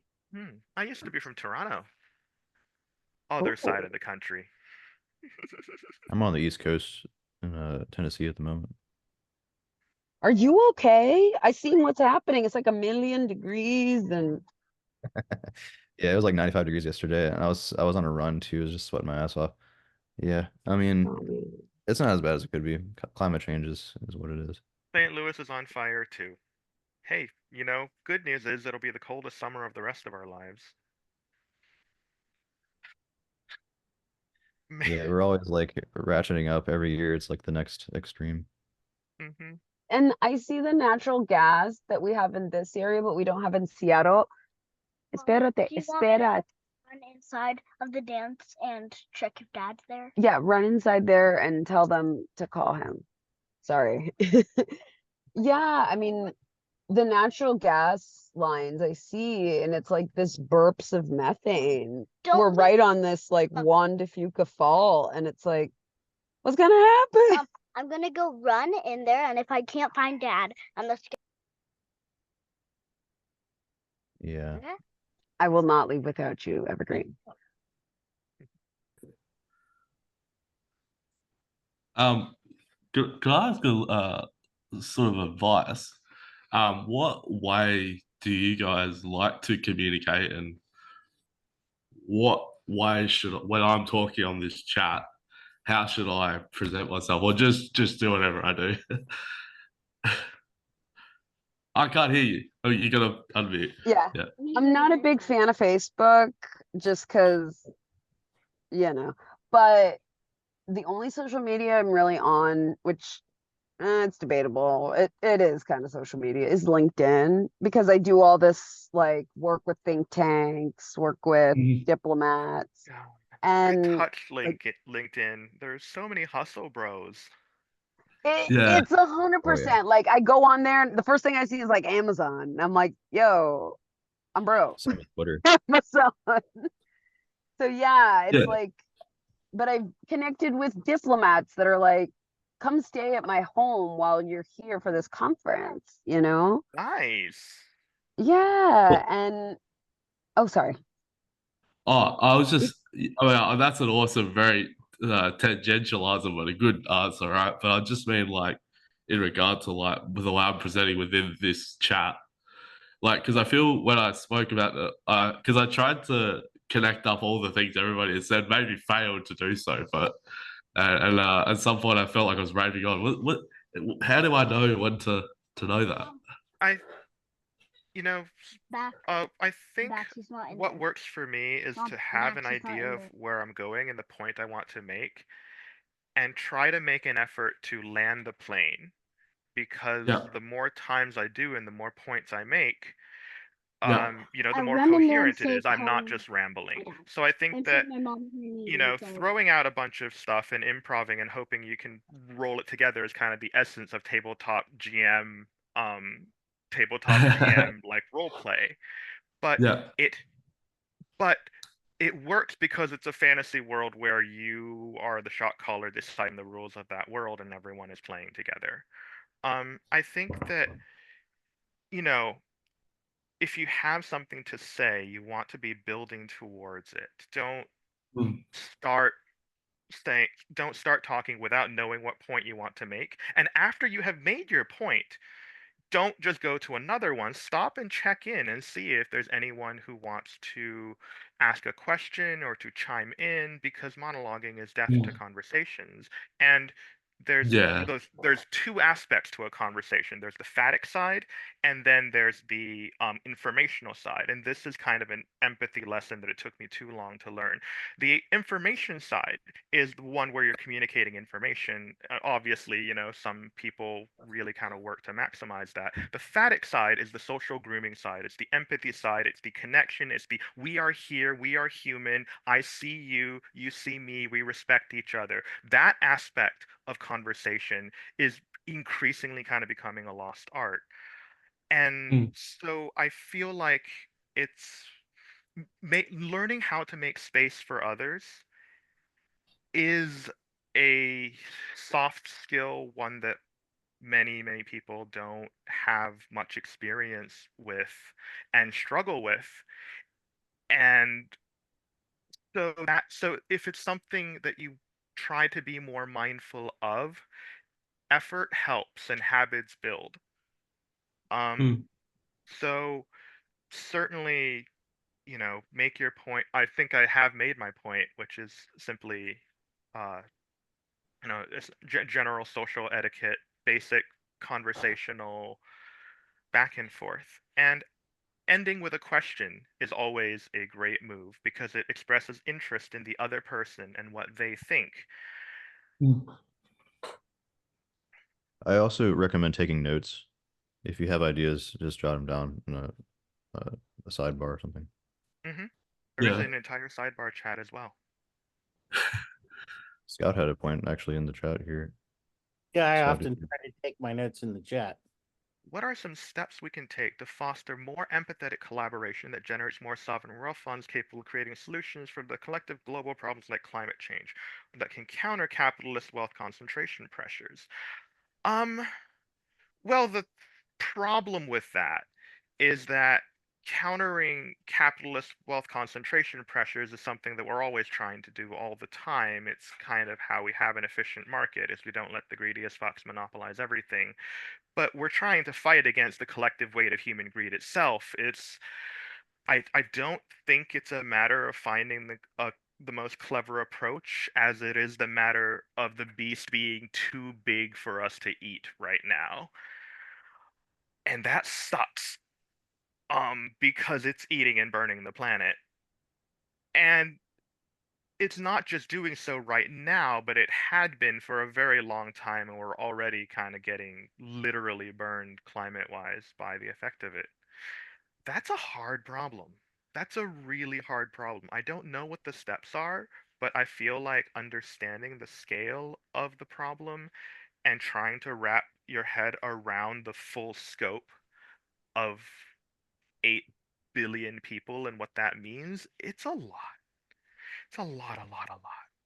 And so we abstract things away sometimes just so that the world is more manageable for us to be able to handle and think of and reason with. It might not be the answer you are looking for, but that's what I think. And I could be wrong about this as I've spent most of my life being wrong about most of things and I try to learn from it. So I could be completely just tripping balls on this, but when I kind of look at the climate and I look at, the past 100-ish years of history and the data, that's kind of where I'm at. And I'm like, fuck. And I think I don't have any solutions, but I think it's fair if we can all just kind of let out a collective "oh fuck" about it. Because there's still people who deny that it's a problem, and I don't understand how. I don't understand how it's possible that people like this exist, but they've wired their political ideology to it, and they've wired their personal identity to it, and they're so fucking sensitive about any threats to that, and it's difficult. It's difficult. It's difficult to, change the That's minds of why I was people who are set really in their interested ways. in how sovereign wealth funds and collective funds that have a lot of capital they can subvert the capital system in the sense that they are an attractive source of capital. And so it will it drives people to want to serve that, to get rewarded. And yet a collective wealth like a sovereign wealth fund has the goal to create welfare for the most people rather than for the few people who are owners. What do you do about the problem that it's always easier to serve yourself than it is to serve others, and that people who work for their own good are always going to have an advantage at moving up than people who are trying to work for the good of others? It's the basic problem facing all governance, whether you're talking communist, socialist, democratic, tyranny, whatever. It's the basic core problem. It's the organization problem, the coordination problem of human effort and human minds and human will. And that sucks. Well, I think I feel like part of it is that sorry. only now have we actually generated countries with so much wealth that we can actually make some of these changes where you can't go out and talk to somebody who's starving. Get them to pay attention to problems that are not immediate. Yeah. Right? People need the We stability don't have to care enough about long-term people- problems. We have enough people who are not in immediate danger. Okay, that we can go out and create wealth funds from that wealth collectively and take care of the rest of the people. we're not doing that very well, we're not doing that very well in the United States. You know, I think they're doing that Mackenzie better. Scott is doing that very well, Oh, actually. She's been what? doing an admirable job. Mackenzie Scott, she's May been I? doing an admirable job. Please. Oh, may I? Yeah. As a nurse, I kind of feel like, you know, we have to have this essential, and not all nurses have this, essential beginning compassion and empathy, because like some nurses want the big salaries, which are relative, but like part of that is teaching them, like, we need to be the last generation that eats our own young. We need to be the last generation that stigmatizes people who need to be on like stimulants and benzos or pain medicine, because all of that is just a stigma. Like, some people actually need, like, people be diagnosing me with ADHD since I was a kid, and I've taken Adderall and I'm like, oh my God, I don't need this caffeine. Like, I can't even tolerate coffee. So Yeah. there's huge social stigmas, and like I think moving past that can give us more of that empathy You're so in terms of right. mental health. You're so right. If your body ain't making the right chemicals, store-bought is okay. Like, quit judging people over it, you know? I have some thoughts too. First of all, I don't want to be interrupting anybody else's thought process. Please. Well, I honestly think it's probably really good news on an individual level that each one of us is going to die someday. It's good news. Like, we don't have to like worry about living forever, and we can find healthy ways to live with the grief and the joy of it all. You know, and Right. there's like, it probably again comes back to just balance, you know? Like, I mean, we could like stress ourselves out and like eat ourselves, you know, into oblivion, literally and figuratively, or we could just accept some things.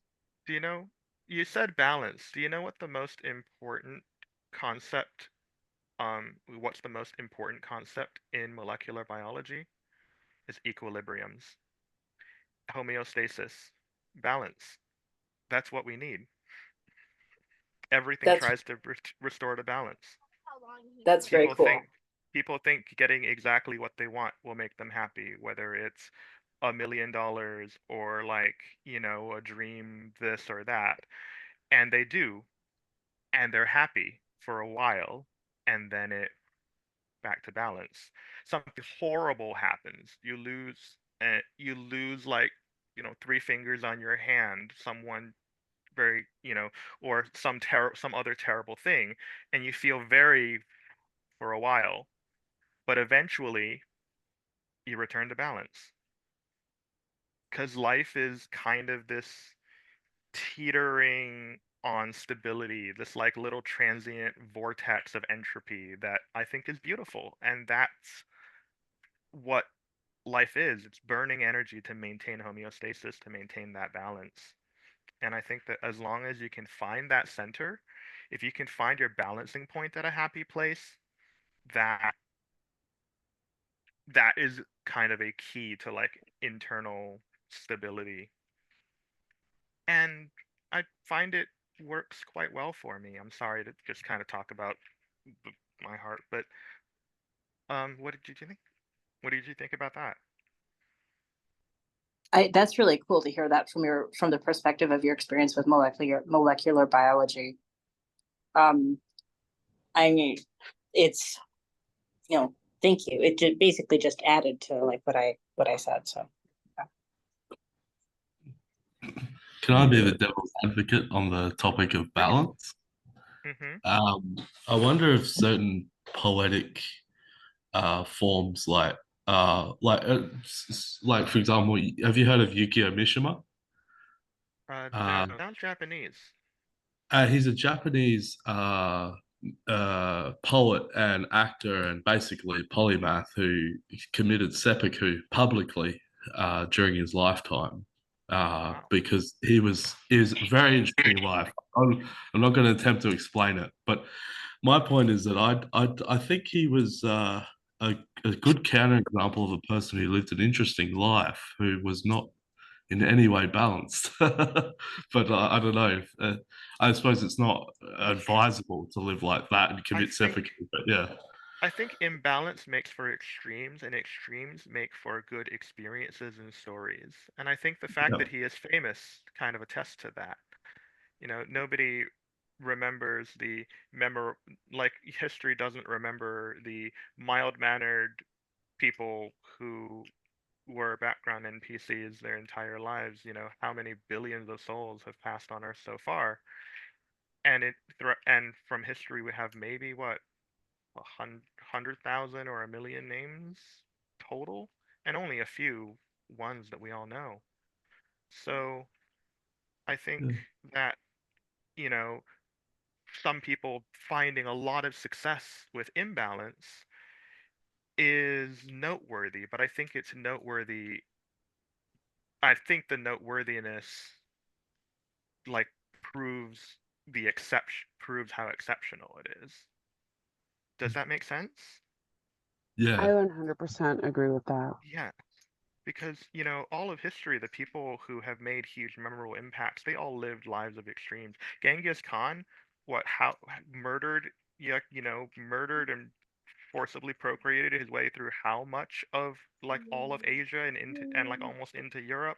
Alexander the Great, Julius Caesar. History is full of men, and all of these men are famous for the same thing of being the bloodthirstiest warlords and winning wars. And every state today, the boundaries and barriers of those states are still established through through violence. You know, borders are legacies of ancient violence, and most of history's luminaries are violence specialists.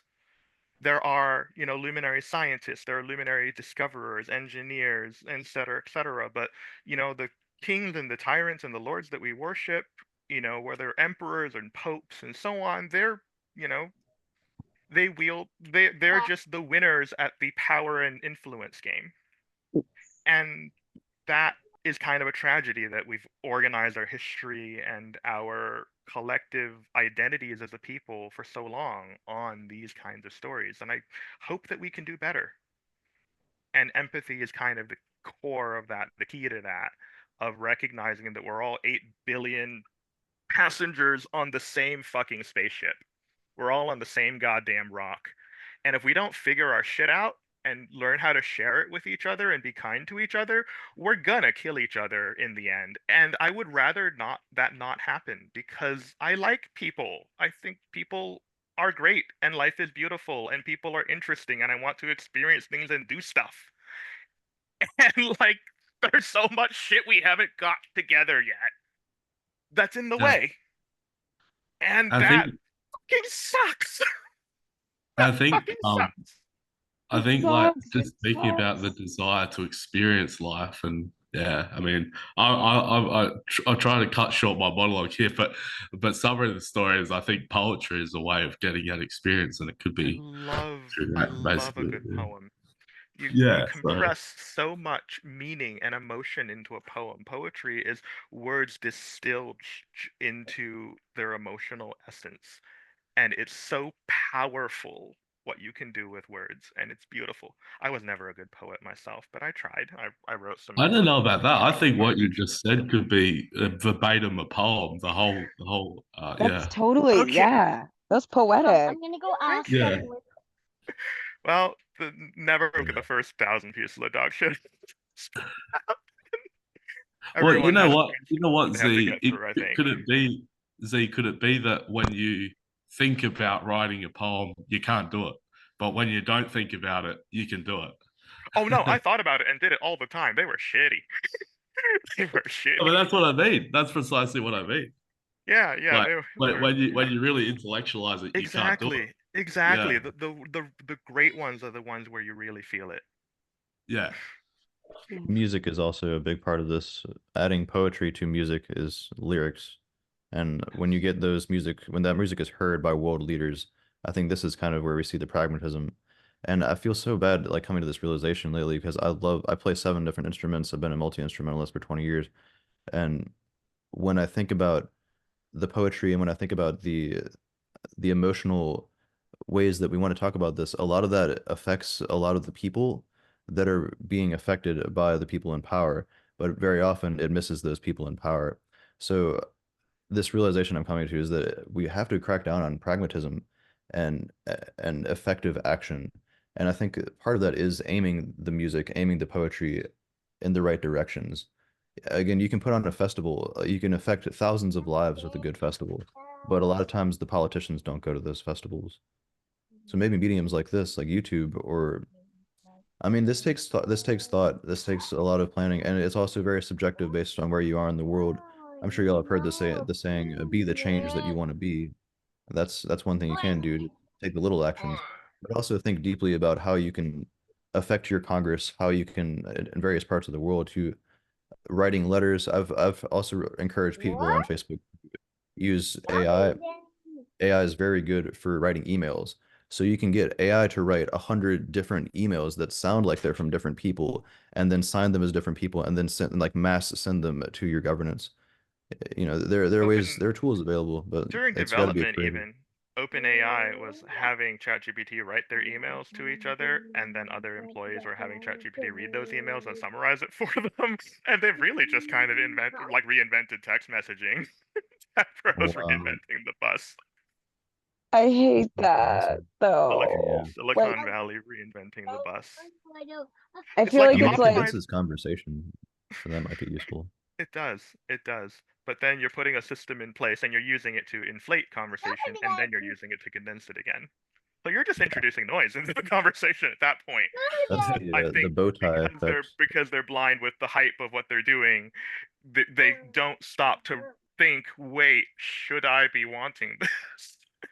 And I Right. feel like a lot of things wouldn't exist if more people in power asked that question of themselves. Should I be wanting this? Is this something that is good to want? Because Elon wants to be the coolest man on Twitter. Fuck calling it X. I'm never calling it X. It's I Twitter. will dead name me I will neither. dead It's name Twitter Elon's social forever. I will dead name Elon's social media site forever because fuck Elon. I'm The hoping he's taking man, on too many projects and he slows down. well, I think I that might be Yeah, a think and I problem. he think so he, needs everyone to think he's cool. yeah, and I He think, never grew up from like internet 13-year-old edgelord kid. Yep. and it's also like this like idea of being like, oh, I'm South African. Like, Teaching a class, so what do you want me to do? I don't know what I Can I want you just to do. tell find out real way? Can I chime in back on Please. poetry? Patrick said something to the effect of we want to have public forums where we put our art and artistic expression that says a point about how we want the world to be. Could I be a devil's advocate again and say I think poetry shouldn't be about having a point. I think poetry should just be sort of the opposite of conversation, like just should be meandering and having fun with it. I don't know.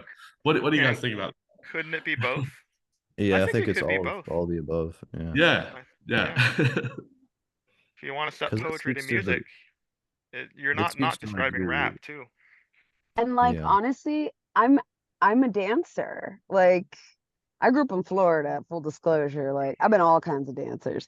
So, like, as a dancer, that's this cathartic way of like getting out pain, right? Getting out that, like, listening to the music and moving with it. God, And Yeah. you know, it's, it reminds me of yeah. how I've looked at people with high kinesthetic intelligence, and I'm like, wow, I wish I could, have a body the way they do. Cause, cause like you can tell genius at work in whatever field you want to look at, and you look at the kinesthetically gifted, and you're like, what the fuck? How is she doing that? How is he doing that? And it's just beautiful. And Yeah. they're beautiful. And the way they move and they're so happy doing it. It's like when I sit down with musicians, they'll be like, hey, let's play this song. have you heard it before? No, I never heard it. How's it go? Oh, it's blah blah, like it goes like C-E-G. Oh, whatever. And I'm sitting there like, I don't know what you just did, sir, and I don't know what you just did, man, but fucking bullshit. You've never heard this before. How do you just do that? And it's that connection that just clicks and that just happens. And it looks so cool, and I want to know what that feels like, but I have yet to like It feels really unlock good. that. I bet it It feels does. really good. I bet it does. But My that's not wife. something that like you can have these embodied. I also study a lot of like 4E cognitive science. Mhm. So the E's are cognition is enacted, embodied, embedded, and extended. So it's enacted through a body. Everybody has some kind of experience of maneuvering their consciousness and their cognition through the world using a human body. It's extended, your brain is extended into other brains. Quite literally, you're always affecting other brains and they're always affecting you. Your brain is embedded in reality as well. Your brain is embedded in the trees, in nature. It is always affecting you. This is the agent-arena relationship. And uh, it is embodied. It's embodied and enacted. Like you have to have a body to enact your cognition, and vice versa. I love that. Yeah.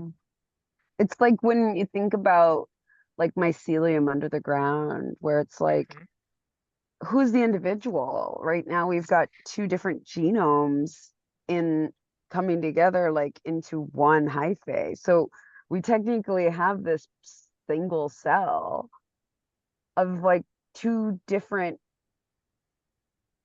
like even for lack of a better word, species of Yeah. these What makes an eukaryotes.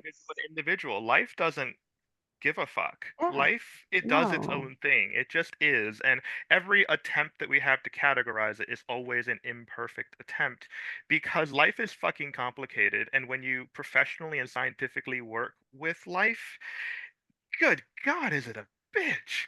You know, it evolves all the time. It's constantly changing. It's 4 billion years of undocumented spaghetti code slapped together by a blind genetic algorithm run on the brute vehicle of survival on this earth. And it is a mess. People talk about, oh, biology says there's two genders. Biology says women give birth. Biology says this. Biology says that. Biology says, when you truly understand it, biology says the fucking fact that any of it works at all is a miracle we should be fucking thankful for. It is Yeah, it is love it. such a mess. And one The of the idea, things, I'm sorry. please, no, No, no. I was gonna say like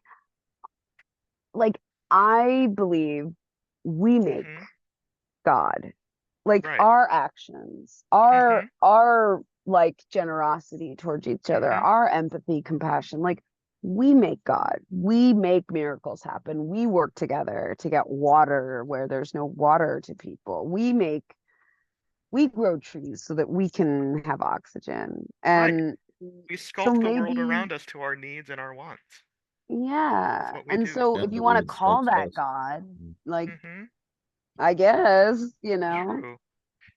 It's the whole determinism thing. I used to be a hardcore determinist. I'm not anymore, but I know where that comes from. And I get what you were saying, Zinzi and Patrick, and I completely agree and I completely understand. And also, it makes me just a little bit low-key mad that the Nobel Prize in Physics, what was it, last year or 2 years ago, was for proving that the universe is not fucking locally real. It's like, yeah, it's determinism all the way down till you get to the quantum level, and then it's fucking magic that matters whether you look at it or not. The Fuck you. entanglement problem. And I'm like, God damn it, science. God damn it, science. Is this where reductionism crashes? And That's where the simulation theory comes in. People start saying like this was the simulation, and we're getting on the fringes of that simulation by being entangled with the quantum level. But then you have the question, well, who made the simulation? Who was the simulation right. overlord? It's And then you turtles have all the way down. turtles You know all what the I way down. love about simulation theory? What I love about simulation theory is that a long time ago, you look at the most ancient religions, and the wheel was the thing. And these religions said that the world was a wheel. And then people invented writing, and books were a thing, and the world and the God was a book. And now we invent machines and gears, and we have the clockwork universe, the deterministic, let's figure out all the gears. That's, I wouldn't say Newton started it, but he was certainly a luminary of that era whose ideas we're still building on and expounding on. And then we have today where our world is run by computers, and we think, well, maybe the universe is a computer simulation because our computers can make worlds in here, and like we literally make worlds. And look at these little guys run. Oh my God, look, they're learning how to cheat. Holy shit, they just broke the physics of my thing, and they're like, catapulting themselves 500 feet in the air now. Wow, look at them go. The fact that we can do this makes us think the world was like this, but this is part of a long historical legacy of us projecting the lens through which we see the world onto the world. Life is cyclic, and then life is written in the book, and then life is clockwork, and now life is a simulation. So it's a very exciting idea because it jives with ways we already think about the world, just as people hundreds of years before us found their ideas to jive with the way they think about the world, and so on and so on. And so we're just the latest generation of monkeys in a long legacy of thinking the world works the way that we think. And that's, I don't know, I find that offensive to my ego. I find it hilarious, and I find it infuriating. And That's I can't liberating help as but laugh well. about it. It's also liberating as well. I've been working on something I call the liberation of the infinite. Mhm. Yo, I gotta we call my husband, but I want to come back because y'all are great. Please. Okay. Yeah. Sure. Okay. I'm gonna come right back. I'll try to find the Zoom link. Heck yeah. Yeah, I mean, there are times when we realize that reality is too complex for us to conceive of based on our limited chimp brains. And we can either choose to be completely bewildered and overblown by that and give into existential crises, or we can choose to be liberated and ask ourselves, what are our priorities? What should we really be focusing on? What's most beneficial to me? How should I be directed my own brain? How shall I use this brain in the best way to affect the most people in the most positive way and also to live the best life for myself? How do I do the most good in the world and have the most fun while doing so? I love that. That's my philosophy too. I truly believe that to the core of my heart. Between empathy and understanding and fun, it's the three triads of my personal life. I'd And like to thank you three try- guys for everything that you said. This has been really eye-opening for me. That's going to generate lots of new possibilities that I could choose. And I'm grateful for that. And I probably need to go. So thank you for your Thank you for coming with us, Scott, and thank you for being here. And I would love to hear more about sovereign wealth funds sometime, another time maybe, because that sounds like a fascinating idea. Yeah, I would love to find more people that have multidisciplinary people that could talk to me about that. So Heck yeah, man. Have a good Thanks one. again, Scott. Thanks for coming. See you later, Scott. So Patrick, you play 7 instruments and like you do music and you write books, and like who the fuck are you? Holy shit, man. Cool as hell. Like I'm really happy to meet you. Likewise to both of y'all and everyone here, honestly. I mean, I don't like talking about myself, but I guess this is the right time to do so. I mean, I started out having access early when I was 14 to guitar and started playing technical death metal and then started writing electronic IDM and around like my mid-20s. And then around 25, 26, I used a lot of psychedelics, not a lot, but I had a few like major breakthroughs, and then I used microdosing, and this radically improved my speech or at least what I call a speech disorder or disordered state. And this granted me a lot more clarity and precision in the way that I wanted to speak and write. Then I began writing books in that regard. And so I've been basically battling these two worlds and trying to decide what amount of time I want to put into each one of these. And over the past few years, it's been philosophy of mind, cognitive science, and psychology. There's never enough Because I time, is see there? like, sorry? There's never enough time, is there? But Yeah, and that's unfortunate. You have to really like measure out what's going to be most gratifying and most effective And what I find from my psychology and the people that I work with and what I post on Facebook and social media land, I can see the results. I can see people's lives being changed directly. And over the past few years, that's been more gratifying than music because that's more interpretive. And yeah. Mhm. You know, I took a course on minor track when I was in undergrad on PNP, which was this new field, philosophy, neuroscience, psychology. And it was those three together, and we learned about neural nets, and we learned about neurons, and we learned about how they work. And it turned out to be a very prescient course because, back at the time, we were like, these computer systems, they kind of do a thing or two. And it was kind of an interesting philosophical problem. And now they're fucking massive enough to drink 6 gallons of water a question, and people want to put him in charge of the world. And it's like, holy shit. Yeah. Yeah. I have hope that Yeah. that's going to improve though. I mean, a lot of that is cognitive architecture, arrangement, algorithms, and Hmm. how they structure the systems. So making them Yeah. more efficient so they have to use less Right. energy. The for getting problem this. with, I think, AI safety, or was it AI alignment, is that if you get it wrong on a sufficiently powerful system, you may not have a second chance. And the way that these systems, iteratively fail for possibly millions of iterations, and then they might converge upon doing something that looks like the thing you want, but they interpret it in a different way. Those are real dangers, and it really sucks because they're so powerful and they're so cool and they're so capable. Yeah. I mean, they do like this is where the accelerationists say, well, we just have to push this further because it's already out of our hands and we have to use the AI to fix the AI and Hmm. if it Yeah, gets misaligned. let it sort its own shit out. Teach it to learn from its own mistakes and experiences. I mean, I have hope for that being a reality. A lot of the people that are experts in this field, like the designers, the cognitive architecture people, those that are working on large language models, generative pre-trained transformers, Hmm. they're the way they're talking about this is that they are getting much better at organizing the way that they think or the way that these systems process information. It's getting more efficient and it's getting easier to control. Hmm. There are doomers. There's like the other side of it where there's doomers and there's like the P doom. Everybody's talking about like percentage of doom that you think might happen. Yeah, I'm And not with a lot of that, Yudkowsky. I yeah, I think mean, he's Yudkowsky, like you can see he has his biases. Like everybody that I hear that's on the doomer perspective, they they are giving substantial warnings and we have to listen to them, but they also seem to be only kind of preaching from that narrative or only looking from that right, perspective. right. And humans are clever. Like I think we'll have more time than we think because we're very good at solving problems. Like we are very good when we work together, when we combine Hmm. brains. Again, the whole extended cognition thing.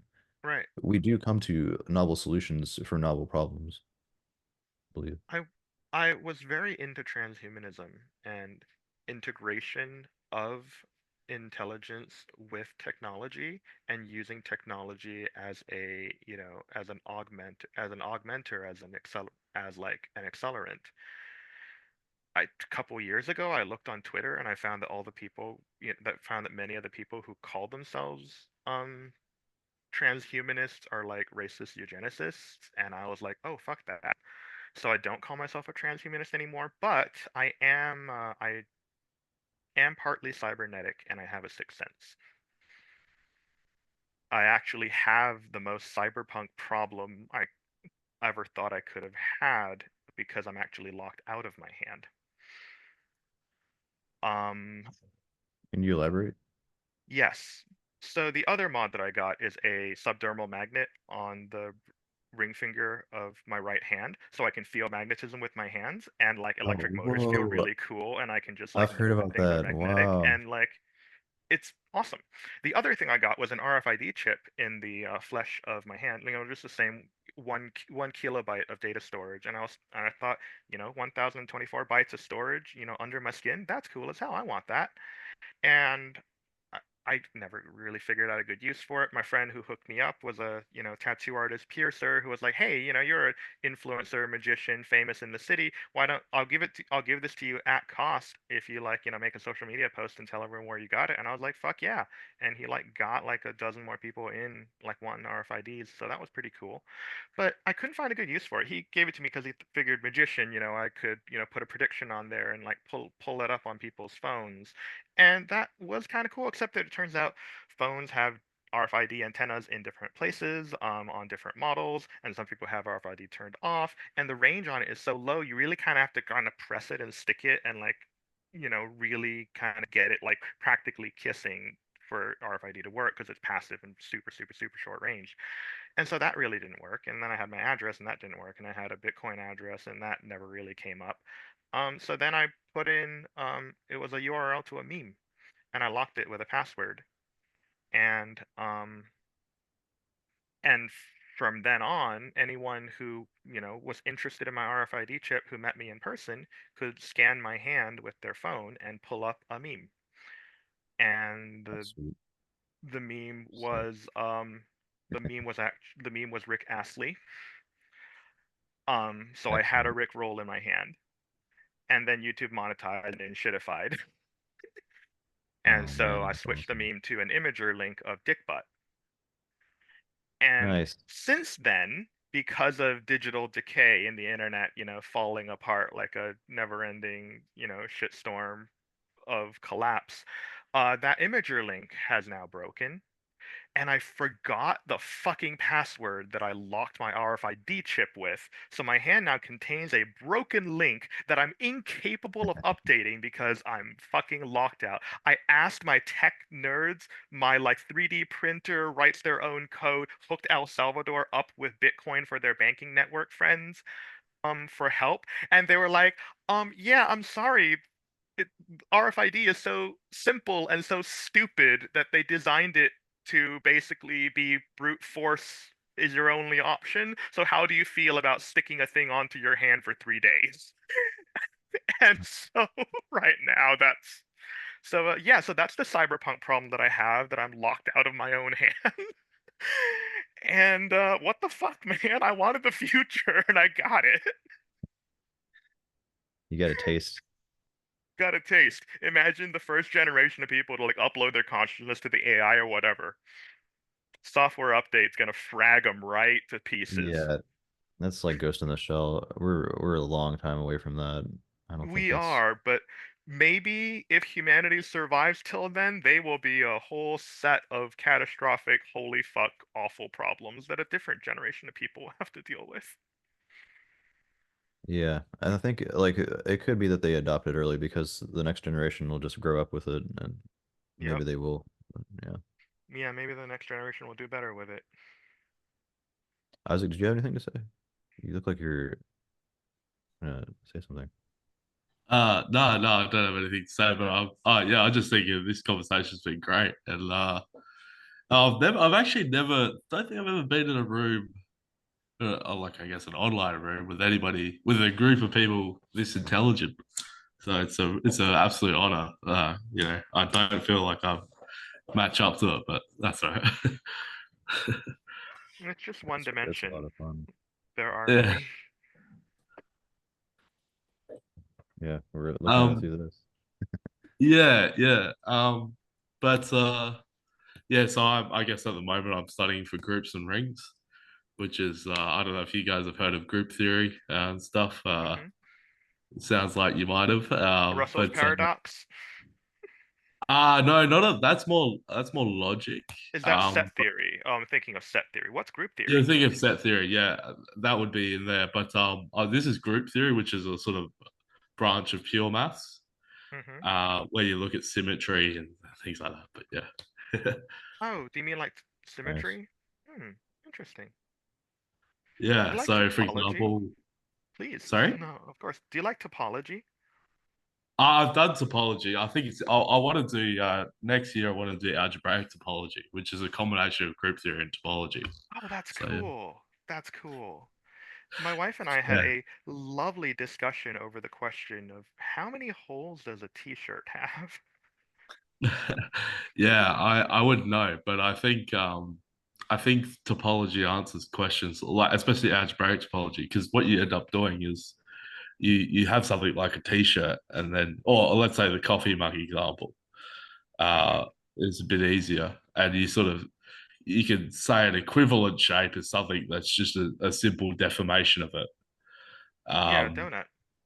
yeah, Yeah, and you can yeah, extend shapes, you can stretch, you can compress, you cannot cut, you cannot form new edges, you cannot yeah, scale. but they and the way they actually do this is they have something called the fundamental group, Hmm. which is I don't know much about it. I've yet to learn the subject, but my rough schematic of it is like using algebraic Yeah, no, techniques, but much yeah, easier. you're getting it Um, so far. You're getting it so far. Yeah, yeah, yeah, so it's math with shapes and math with dimensions, and it's isn't that really cool though?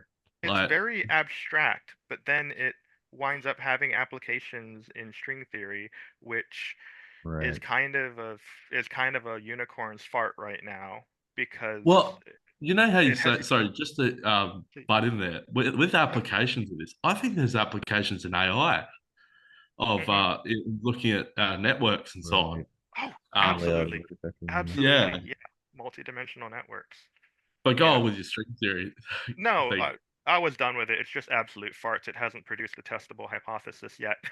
But no, group theory in AI, in connectivity, in networking, I think that, Yeah. yeah, that tracks. That tracks. Does it track for you, Patrick? It's just a fly just flew right on my neck. That was really weird. Oh my God. It interacted with your RFID chip in your neck, and you know. That's what it was. That's Anyway, crazy. Yeah, I have a friend who's really into AI right now and learning about all this, and you probably have more to say on the matter. I mean, have you heard of Donald Hoffman? yes, Can't say that I have. Not Albert Dude, Hoffman, right? you should look him up. Yeah, Donald Hoffman Hmm. he's into physics from a different perspective.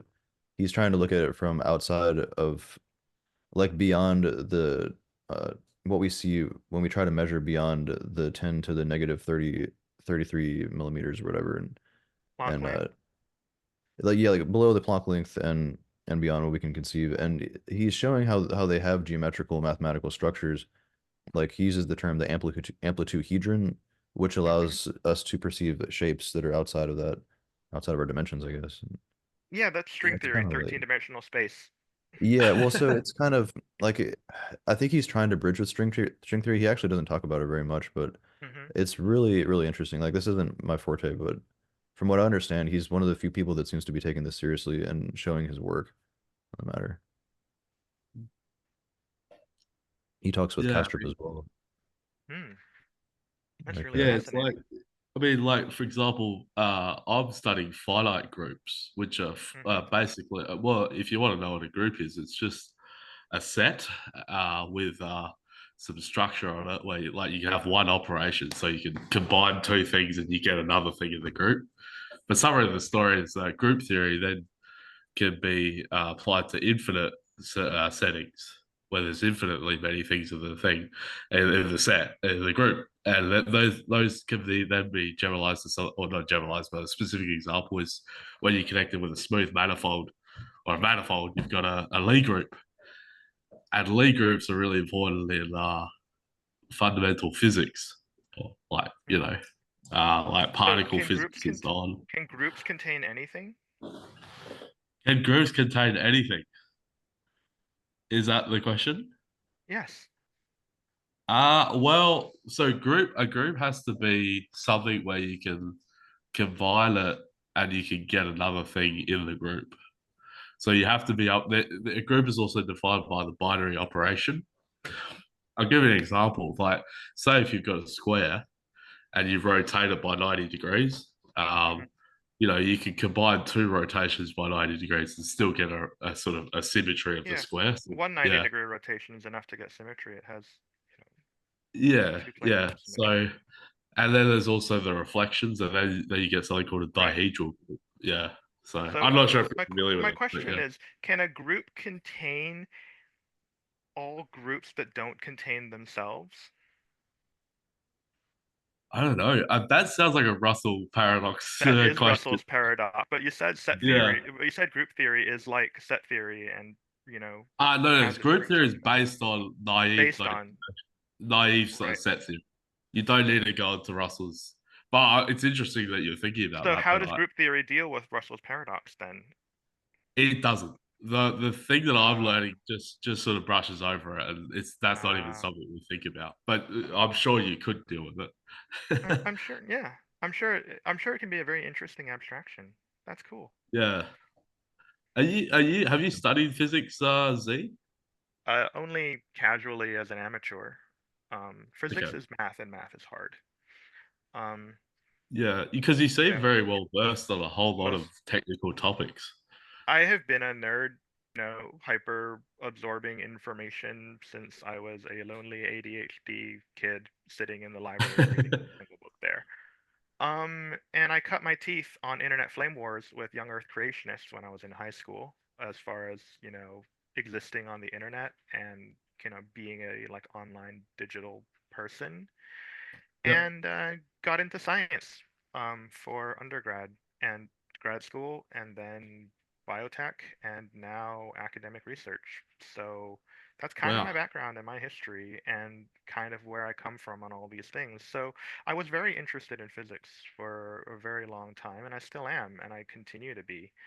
Um, when I was 10 years old, I went on a like message board for physics grad students to help each other with their homework. And I just like kind of, in my 10-year-old obnoxious child self way, just kind of angrily yelled at people to explain wave particle duality to me in a way that made it intuitive, because I was offended at the idea that something could be a wave and a particle at the same time, and I couldn't wrap my head around it. And essentially, they just told me to, fucking shut up, do the math, learn the math, and Shut up understand and the math, calculate. or just accept that this Yeah, is shut what up the and math calculate. says, because it's not intuitive Yeah. to us either. And that, Yeah. that kind of shut up to calculate Copenhagen interpretation's been, kind of still the dominant paradigm in physics. Yeah.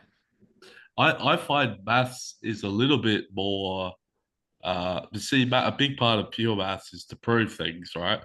Yeah. So Yeah, and it's so I basic find maths units is and blocks of logic. yeah, and so I find maths is like physics I think went off on a bit of a wrong path in my view. Especially you would agree with string theory and so on. I think it went away from common sense. And I like abstract, beautiful, intelligent, hyper intelligent ideas, but I think when you go too far away from common things that you can prove, you Right. start to, Clocks, like prove yeah, by experience, yeah, you know. clocks running Yeah. slower when you throw them on it in an orbit around the world doesn't actually make sense by classical common sense. Yet it's true. It's so Yeah. true Yeah. that we have to Yeah. compensate for time dilation in our satellites and our GPS.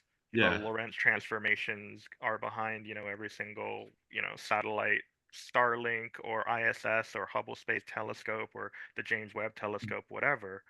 You're But dealing with there's a relativist degree here, right? effects. Because the Yeah. degree, like, so when you go, so that's special relativity, but when you go to string theory, you're getting so deep that it's impossible It's to true. relate it back to anything in real It's life true. But or physics in has had a everyday long experience. history of abstractions and things that were Yeah. thrown in there just for calculation's sake, winding up being true and winding up being Yeah. a thing. Mathematics rejected imaginary numbers for a very, very long time. People were killed and exiled from the Pythagoreans for, for like trying to conceive of zero or trying to conceive of negative numbers. And imaginary numbers were a specific thing invented as a transient, temporary fixer thing that goes away by the end of the equation, just to help solve some bits and make some equations work. And it was never thought of as a real thing. It was like, oh, I'm a mathematician. Here's this little kind of clever algebraic trick where we create these things that are called imaginary numbers, and they can't exist, and they're just, plain fucking bullshit. And don't worry, they cancel out by the end of it if you use them right. Yeah. And that worked for a while, and now we have the Schrodinger equation, the basic equation of the wave function of a particle, the Schrodinger equation, the basic wave function at the heart of quantum mechanics, and imaginary numbers exist in there. They just exist. They're Yeah. just there. They're not a temporary they're not a temporary calculation convenience. They are in the equation describes the waves. Um, Yeah. and that's Mm. fucked, you know. Like, So I I think think, it's useful though. I mean, yeah, sorry to jump in. Like, we're talking about like calculating out to the 30th decimal point or whatever when it comes to string mhm. theory. And well, we see a lot of precision with theoretical maths, but it could be that we're just not there yet with the physics to be able to align with it or to be able to prove We it in can't a smash the physical. particles hard enough to break Yeah. to break the universe hard enough for the And bits maybe to that's fly not out. even That, this, like, yeah, maybe it's maybe not. that's not even the solution We because did we find gravity might have to waves go though. That was beyond cool. quantum. We did find gravity Yeah, waves. The whole the universe LIGO. rippling with gravitational waves from all kinds of shit Yeah. Yeah, it was And happening in LIGO. The space. way they did that was brilliant too. Laser interferometry, uh, Interferometry. gravitational observatory.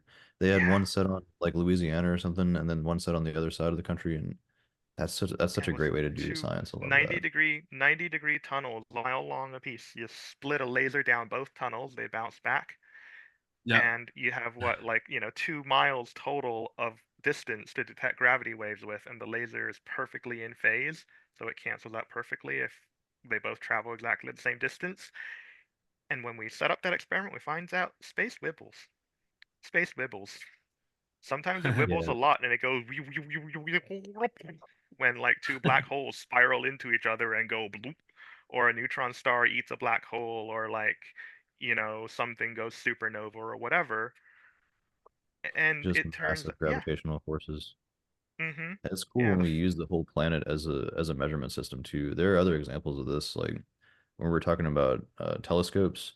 We're mm-hmm, going to try to do three-dimensional maps of the universe and our galaxy by sending telescopes out as far to the edges of our solar system as we can to try to get mm-hmm, convergence imagery.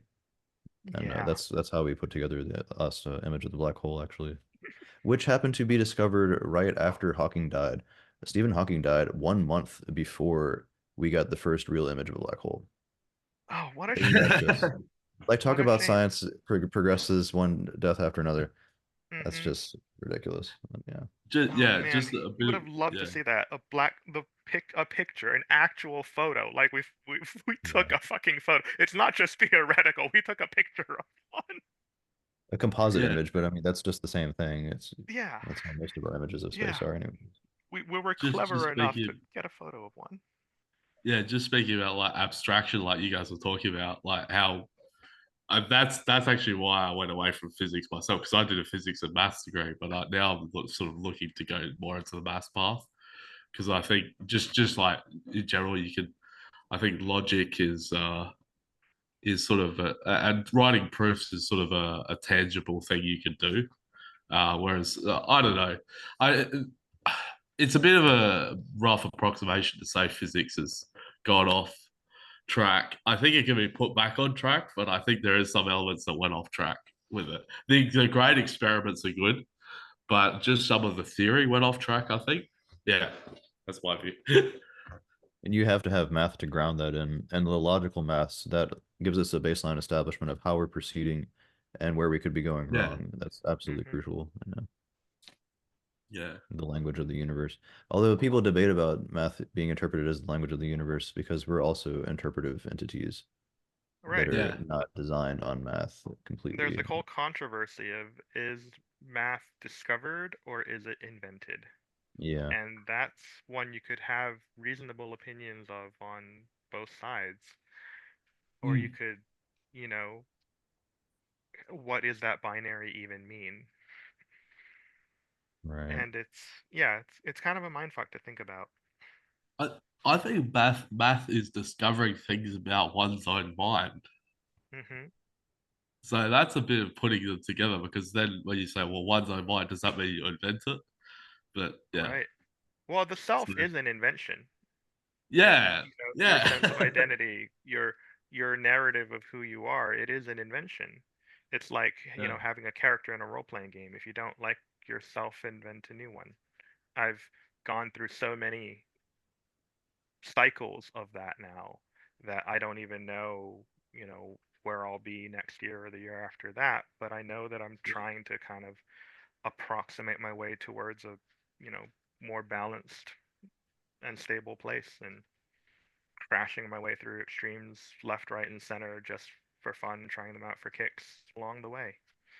So that's kind of how my brain works. I need novelty. Yeah, well, and I also need on that stability. note, I will probably head off. But yeah, it was really good to speak to everybody, and yeah, it was awesome. So hopefully I'll come to the next one. Cool. Yeah, All right, man. See you okay, next Yeah, week. good talking to you. Thanks for coming. Yeah, good talking to you. Whew. Yeah, these are great conversations, man. They truly are. How long has this been going on? A while. I know Angela's still recording. So let's see. Well, I guess like she'll- 3 hours or so. Yeah. Yeah, these are the conversations that need to be had, and they need to be promoted better, I think. Like, I think that the more effort we put into that, the better results we'll see. Yeah. Because you can upload these to, like, I run a YouTube channel now, and it's really difficult to get subscribers. It's difficult to retain views. Like, you can put up a view or put up a Yeah, you video, and worship then at the ground of the algorithm, and you either yeah, become what the algorithm wants and you hate, or you struggle and suffer. And that's yeah, kind of a shame. I'm on Facebook. I know not everyone's on social media, but I'm on Facebook. And, I've been kind of cultivating my online presence there since the beginning when they just opened it up to colleges, and it was just a cool way to keep in touch with friends. And I'm a bit boomer in that mindset of, not really kind of being stuck with the social platform I was on in college. But now Facebook pays me. And I just made $200 last month based on engagement and likes and shares and so on What? of the All right, content what's that I put hold out on. there. What's your Facebook then? Should be let me get Zitang Wang. You're gonna have to spell that for me. ZI space TENG. See, it just recommended you. First thing, what do you know? Or maybe it's not. Is that you? Yeah, I guess that is. Is it a blue background? Yeah, and you have cards. Yeah, that's me. Okay, cool. Yeah, I've kind of like a, you know, curated a kind of organic community of friends and followers, and once in a while something goes viral and blows up, and that's pretty cool. Oh man. Yeah, you And have like, good leadership. yeah, it kind of turned into a lot, and I didn't know where the hell that came from, but I realized the way that it kind of sculpts what things I want to talk about and what things I don't, because there's the pool of things I find really cool, and then there's the pool of things that the mass swarms out there of the internet think are really cool. And I want to bring that into here, but the more I cater just to this, the more I lose that. And the more I cater to that, the more I lose this.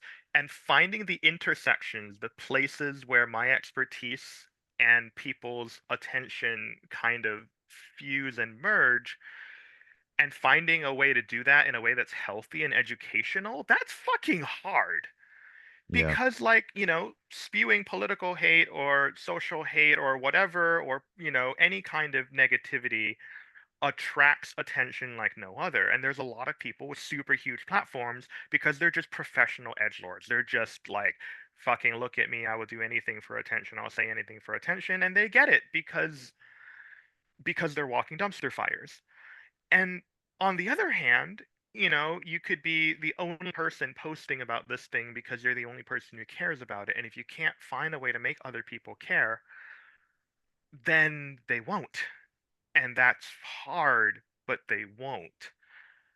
Yeah. And so that's, I don't know. It's hard as hell. The money is nice. The like platforms and following is nice. Sometimes unpleasant people show up, and most of the time my friends bully the chode until they like fuck all the way off. I once had a man crying on my Facebook for like 36 hours straight about how it's not alpha to wear makeup and why am I wearing like eyeliner and so on and so on. And he was just bragging about how macho and how alpha he is and how many women he fucks and like blah blah blah. I love that. I banged this woman, I banged that woman. Everyone's irresistible to me, while everyone's just calling him a like childish jackass. And he kept this up for like 36 hours straight and like 2,000 comments while like my friends And it just all like works in your favor. yeah, and Yeah. while they literally just like kind of like took shifts just like poking this man baby. Oh And my God, dude. I love and those boundaries. it's hilarious, it's awful, and I feel so guilty. Dude, I love it because it's a time to exercise your own patience and empathy. Like those are the opportunities to really, you can be genuinely proud of yourself. Like it's a way to exercise and build self-esteem because you can meet, when you can meet hate with empathy, that's such a, like people recognize that. Your followers will recognize, wow, this dude is handling the situation really well. He's not reacting, he's not spreading the poison like Miguel Rodriguez talked about in the Four Agreements. That's like I'll do things where like, wow, that's a really interesting point. Would you have said that the same way if we were talking face to face? And then they'll say something like, "Oh, yeah, I sure would. I'd put you in your place." It's like, "Oh, okay, that's cool." So, how can I change my argument? Is there any arguments that you can give me? Where am I going wrong in my proposition? These are really good exercises, and it shows people that these are ways that you can still have a good following and act Yeah, that way, kind of modeling behavior. Yeah, or at least like influencing from a good perspective, not being an Yeah. influencer, but like Yeah. that's in the United States, that's one of the main things that children are saying they want to be when they grow up now. It used to be fireman or police officer or astronaut, but now it's influencer. Because it's all influencers. The But that's not the case in China. big And tech has outsourced content creation to everyone. dude, that And term, what is content creation? Like what we're just creating telling content stories. to ship off to the Yeah, internet. telling stories. Yeah. Creating things that you want other people to see, expressing yourself. So I suppose art That's what it's in supposed to every be, I sense think. of the word. And that's where we're at. The biggest media companies in the world produce no media because their customers are the advertising companies and their users are the are the are the eyeballs the company sells to their advertisers. So the algorithm keeps people addicted and engaged, and negative engagement is just so much more contagious than positive engagement. It's like not even close. It's it's like unfair how imbalance that is. For something to be a firestorm, what it needs are two are like it's a possible what it needs is polarization. Polarization drives attention, polarization drives engagement. And that is a brutal reality that sucks about people because people's tastes broadly as a whole do also kind of suck. And that's awful. If you have something that's universally bad, everyone says, ew, that's bad. And everyone has their turn saying, ew, that's bad. And there's nothing more to say about it. And it dies. And if something is universally good, everyone says, oh my God, that's great. And there's nothing to say about it because it's universally great. And it dies. What keeps engagement going? What keeps the metrics ticking? What keeps eyeballs scrolling past ads are those hugely engaging, polarizing flame wars and combat and battles that there are two sides, each of whom think that they are perfectly reasonable, and the other side literally murders babies and is Hitler. Yeah. And that's kind of the whole tribal thing. Yep. It's insular cortex. Your insular cortex is responsible for the disgust response. And that's highly developed in humans. That's what, keeps us like, check safe. this out. Yeah. Like, it keeps you safe, and it's still heavily relevant. There's been a ton of experiments on this, showing how like people of different races, people of different cultures, people that are different ages, and anything that people can be unconsciously biased against, they have insular cortex responses when we've done neurology and neuroscience studies on this.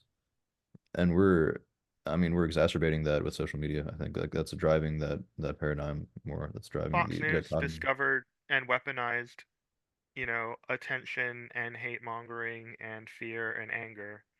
And now the entire internet as a whole is weaponizing it against humanity. Yeah, I'm hoping Zuckerberg will get it together. He talks about this openly, that he's always trying to improve I mean, he doesn't have a like or a dislike or downvote option. There's the angry reaction, Mhm. the laugh react. I think it's ironic that people use the laugh reaction mostly just to make fun of people.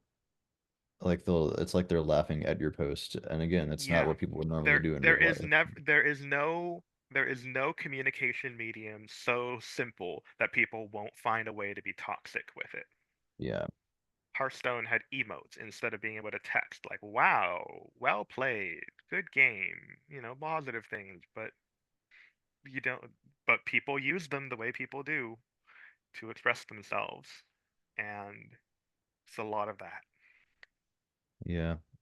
I think there's 500 hours of video content uploaded to YouTube every minute, I Yep, think is the number. something like that. It gets crazier every year. Yeah. I heard it was 10 hours a minute, but now it's 500 hours a minute. Yeah. Yeah.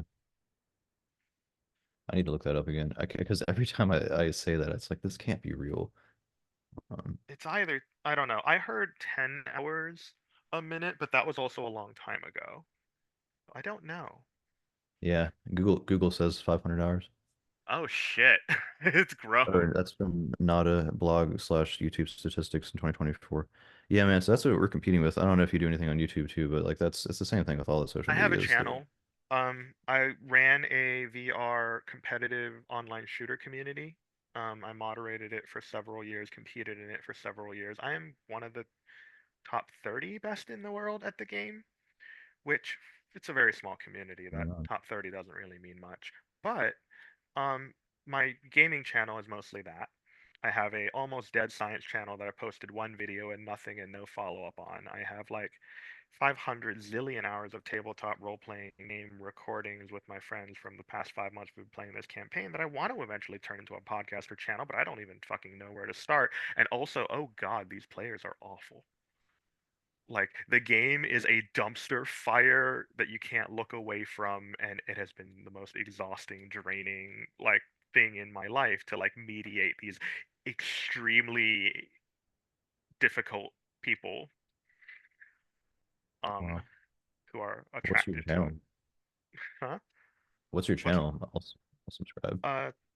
oh, I haven't uploaded any of the games yet, and the gaming stuff is I don't think I've uploaded anything there either. I quit um as governor of the scene after a month after shoveling everyone's bullshit, and kind of didn't look back, and the scene's kind of dead now. No, that's what it is. Yeah. Yeah, I'm focusing on that more now. I mean, it's insanely competitive, more so than all the other platforms. But Hmm. it is a really good medium. I like video editing, and it's easier for me to kind of express the messages in the way that I want to with the editing option, like with being able to use I imagery. understand that. I appreciate that skill too, because one of the things that I lack is like video editing experience. I'm a writer. I always have been. I've always been a book nerd. I've always been a writer. So Facebook for me is a platform that works because long form writing can actually survive there. Not I Right. mean, I don't want to do Tumblr. So Tumblr because Tumblr's Tumblr. So Facebook is kind of, one of the platforms where kind of long form writing works along with other content. Although even they are trying to, you know, in the even Facebook is now, introducing videos and video feed and video stuff. Yeah. I'm uh I'm trying to do more podcasts as well. Discussions like these are very useful, and yeah, we should try and do that sometime if you're down. I would At least love to like AI. podcast. Hell yeah. Word. Yeah, I try to do just covering cognitive science, psychology, philosophy of life, existence, and philosophy of mind, I and love AI. all of those things. Yeah, they're very good topics. I wouldn't say I love AI, but I have learned a lot about it and I find it fascinating and hard to look away from. But I love Yeah, all of those things. That sounds, yeah, I'm down for that. Yeah. Yeah, my link's there. Let me see. I'm gonna point right at it. Polymathpark at youtube.com. Aha. Huh. So I've had that open for for I guess 2.5 years now, and it's been going strong. I haven't bought any ads or anything, so my viewer count isn't great, but I've had a couple viral videos or I semi-viral have videos. never gotten value out of ad buys. I've tried it 3 times now, and I'm 0 for 3 on it really kind of doing anything. It's like sponsored content when you're paying to put shit out there. If you want the platform to ram it down people's throats, you have to pay a lot. And if you're paying a little, you don't really get much. And I the stuff I do isn't worth the amount of money it would cost to kind of pay to get that, blasted out there. But Yeah, once in a that's while you that's what have I a hear. yeah. I once blew up and went viral on Twitter, like millions of views, and it was like main character of the internet for a few days, and it was a crazy time. My phone wouldn't stop exploding, and a a disappointing number of people crawled out of the woodwork to just like publicly brag about knowing me better than they actually do and how we're besties and blah blah blah and like whatever. I'm like, what the fuck? Like, I vaguely remember you from 5 years ago. What the hell? And then none of it converted into any kind of long-term duration and stability. And that's kind Mm. of the shitty part about top tier content creators. You look at Veritasium, you look at Tom Scott who quit, you look at all of the gamer, YouTubers who quit. That shit is a grind and it is brutal. The Yeah, algorithm don't give a fuck. For every Mr. Beast, there's 10 million children wanting to be him. And yeah. it's He has a awful. team. He Beast, does. Mr. Beast has a team of 60. Mhm. Yeah, Literally, that's like a fleet of people working for him. it Veritasium does. and Vsauce, all of them do. Mhm. But you need to. Like somebody said, like to sustain your lifestyle, you need 1 million subscribers, but to sustain 1 million subscribers, you need a crew, and to sustain a crew, you need 2 million subscribers. Hmm. Yeah, the circle. Oh man. Yep. Yeah, it's a circle and a grind. It looks like an easy life, and everyone who's famous at it kind of exploded at some point and went viral and then ran with it. But it is harder and harder to carry that flag because when you're the first, video gamer who blows up and goes viral for just enjoying a game real hard, everyone knows who you are. When you're the 50,000th one, nobody does. And so all of those niches kind of got filled by people who were, won the lottery at the put yourself online game and now lead like really brutal, crushing lives living and dying by the algorithm to kind of keep that going. It's not something that I think a lot of people aspire to it because they don't know. They just don't know. And they buy the sparkle and the hype and the product. Like, Yeah. you make a banger, it's a banger, but you have to, if you're Vsauce or you're Veritasium or you're Mr. Beast, you need to make banger after banger after banger after banger, and you cannot miss. And that is hard. Yeah. Like you I'm said, hoping they change the I hope so too. They what were you changed what? saying? Oh, you said you play many instruments. You're a performer, so like the first time you go on stage, the first few times you go on stage, probably you're performing the best that you've ever done in your life. It's probably you at your best. It was just the most amazing experience. It was for me.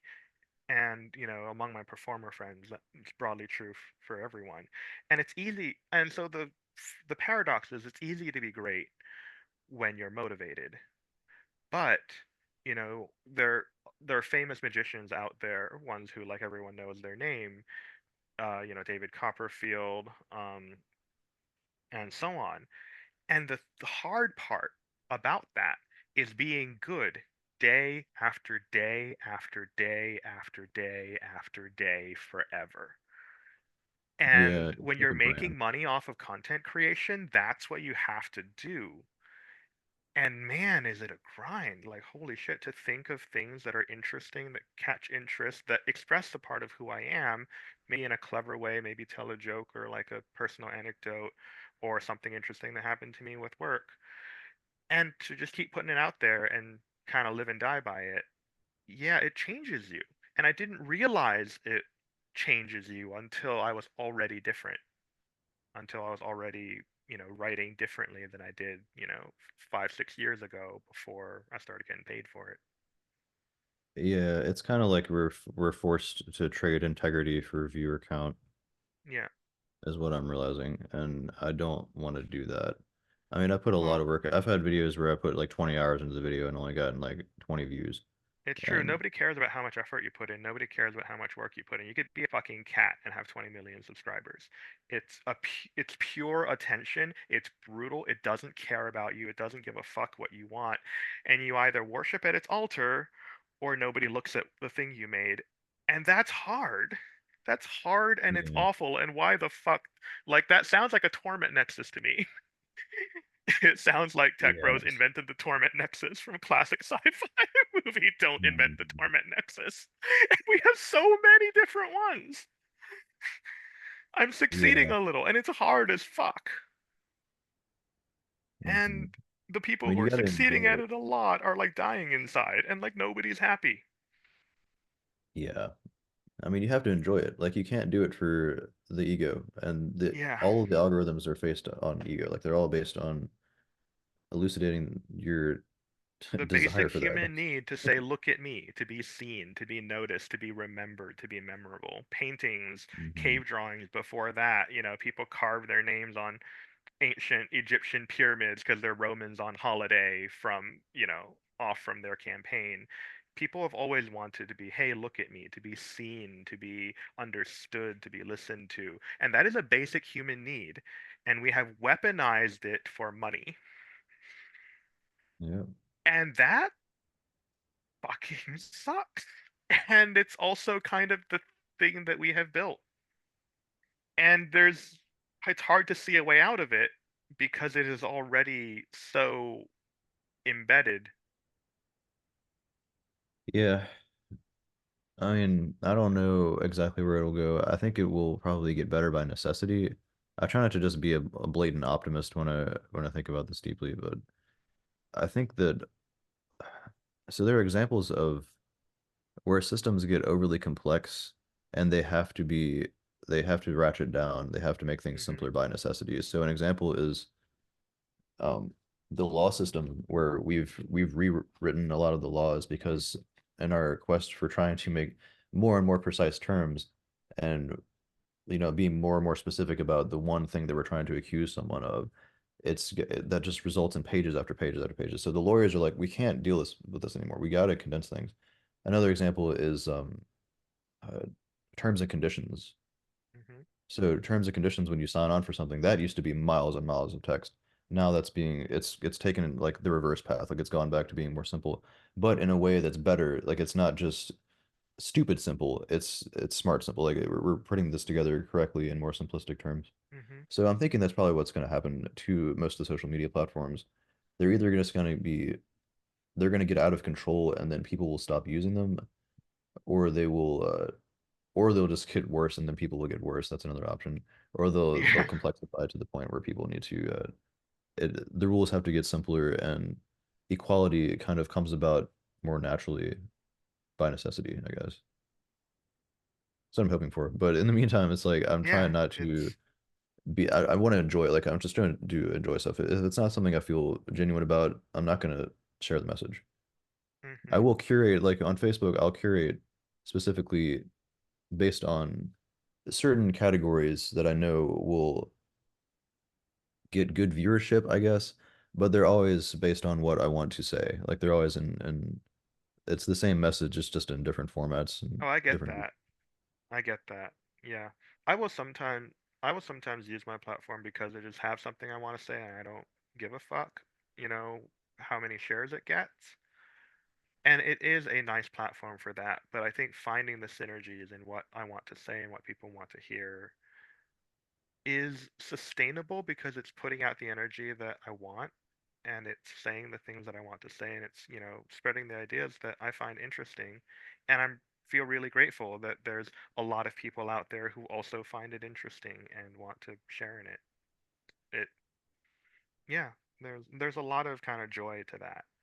And I think that is pretty cool because, influencers, if you look at, the influencers, they do sincerely have quite a bit of fun with the fun parts of what they do too. Yeah, And the I think fun finding pursuit. that overlap of fun and necessity and authenticity is kind of that's the holy grail, like that's the target you want to hit. And kudos and props to the people who are thriving because they have found a way to hit that. Yeah. And I mean, it's tricky when you're trying to make a living doing it too. Like I'm trying to do mental health coaching via Facebook, basically. I mean, I do it in face to face as well, just handing people business cards and all that. But Hmm. it's because I'm trying not to do the clinical practice. Like I could have gone. I've been to college twice, like for years at a time, and I found that it's not really worth it to me because of the structure of academia. Like it seems like it's very much narrative based. It seems like it's very much towards the monomath, and I'm really trying to utilize the polymath aspects of the way my brain seems to work Yeah. and continue to work with nuance. And so there is a market for that as well. And there's a large market on YouTube, it turns out, that people are trying to look for these nuanced perspectives. Have you heard of Kurt Mungle? Mm-mm. He has the Theories of Everything podcast. It's the Toe podcast. And Hmm. he's amassed quite a good following, and he's using that as his guiding light, as nuance and having on like questionable guests, but that are very well informed. Uh, he's got a healthy balance of that, like really questioning the woo woo. Like he'll have Hmm. people that are kind of like touch on those fringes, but they also have very well thought out, internally consistent philosophies that they've written down. And yeah, his channel has got, I think I've it's met zealots. say what? I've met zealots before. I am Right. familiar. Yeah, they're everywhere. But I mean, that's one example. He has like 330,000 subs, I think, Wow. and he started about a couple years ago. And he has really big names on. He's had Robert Sapolsky, Stephen Wolfram, uh, Man, fuck Sapolsky. He got into all this yeah, toxoplasmosis affects rodent behavior and delivers them into the mouths of cats stuff. And there was a lot of kind of scientists in the field that were kind of, studying it and been talking about it for a while, but Sapolsky got on it and I found that through him and I was like, holy shit, that's crazy. And then I did my yeah, PhD on toxoplasma, um, in really, over the course of which I found that much of the research in it wasn't replicable. And also during that time, Sapolsky also distanced himself away from that and went moved on to talk about other things and he's kind of a few other things down at this point talking about free will. yeah, So he's a hardcore fan. but it was cool to get to study that. That's wild. Yeah, the replication crisis is a big problem in psychology right now. That's the one field that's affected by it most. And Hmm. a lot of what I write about in the book right now is touching on that too. I mean, I've read two of Sapolsky's books now. I've read Why Zebras Don't Get Ulcers Hmm. and Determined, his most recent book. And both of them are like they really hit home for me. Like Why Zebras Don't Get Ulcers. I have Crohn's disease, and it's Hmm. pretty severe too. And what he talks about with the stress, like how stress can affect the development of ulcers in humans differently than other animals, that is profound. And he gives a lot of data on that. But Yeah. he has caused some trouble with Determined, man. Like doing the he's been doing the rounds on a lot of podcasts talking about strict determinism. And I did a critique. Actually, this is one video that recently went pretty big for my standards, I guess. He was talking about the idea of AI and or not sorry, not AI, free will and consciousness and how we can apply that to psychology. And so I've been critiquing his work for a couple of years on this. He's given presentations on schizophrenia from a wholly deterministic perspective, and that's a little out of his wheelhouse, I believe. He's a neuroendocrinologist, um, and what's the, I always forget this, people that study apes in the wild, primatologist. Primatologist, yeah. Yeah, he he's very good at that, and it's very persuasive. Like, he's very, very good at describing, because you can talk at reductionism all the way down forever ad infinitum. And again, we go back to this whole thing of like the liberation of the infinite. When is it appropriate to consider the idea that we're approaching infinities, and that could be dangerous? So one of Daniel Dennett's last statements before he passed away about a month ago, in his debates with Sapolsky on this, was he wasn't specifically denying. He tried to academically argue against it, but his main message is we just can't tell people they don't have free will. Like, it's Yeah. too dangerous just to tell people that they don't have it. I don't see It's evidence for it, but I also see that we're gonna have massive consequences if we start saying that people are indeed meat machines. And so we're seeing it in the US right now really badly. Like, we're seeing, I mean, I follow a lot of Facebook pages, and I also hear people talking about this in public in real life, where they're viewing themselves wholly from the reductionist perspective, because that's what psycholinguistics is showing us. That's what modern academia and the approaches to psychology are entirely based upon. They're entirely in this categorical, atomistic, deterministic, and reductionist way of viewing the human condition. And humans are incredibly complex. But when you give people an excuse to not work on themselves, usually they're going to take it. Of course they will. And that's really disappointing, but it's also so true. He's not wrong. He's not Yeah. wrong. It's like, if free will isn't a thing, we have to act like it is. I have personally met Christians who truly, sincerely, to their heart, would swear that if it wasn't for their belief in God, they would do all the horrible things, because they Yeah. truly believe to the core of their heart that they are evil and bad and greedy and selfish and all of the things that we try not to be. And they give credit to God to all of their pro-social impulses, when it's an evolutionary trade-off. It's an inner trade-off. It's a psychological trade-off that happens in every social species. Is how social do you be? It's the hawks and the doves. It's Nash equilibriums. It's, you look at the math of evolutionary biology, you look at how cooperation always evolves in any kind of system, because you can always find synergies where both parties are better off together than they are apart. And you find that in biology. And you also find the evolution of betrayal within cooperation, because it's always easier to serve yourself than serve others. And neither pure betrayal nor pure cooperation is stable.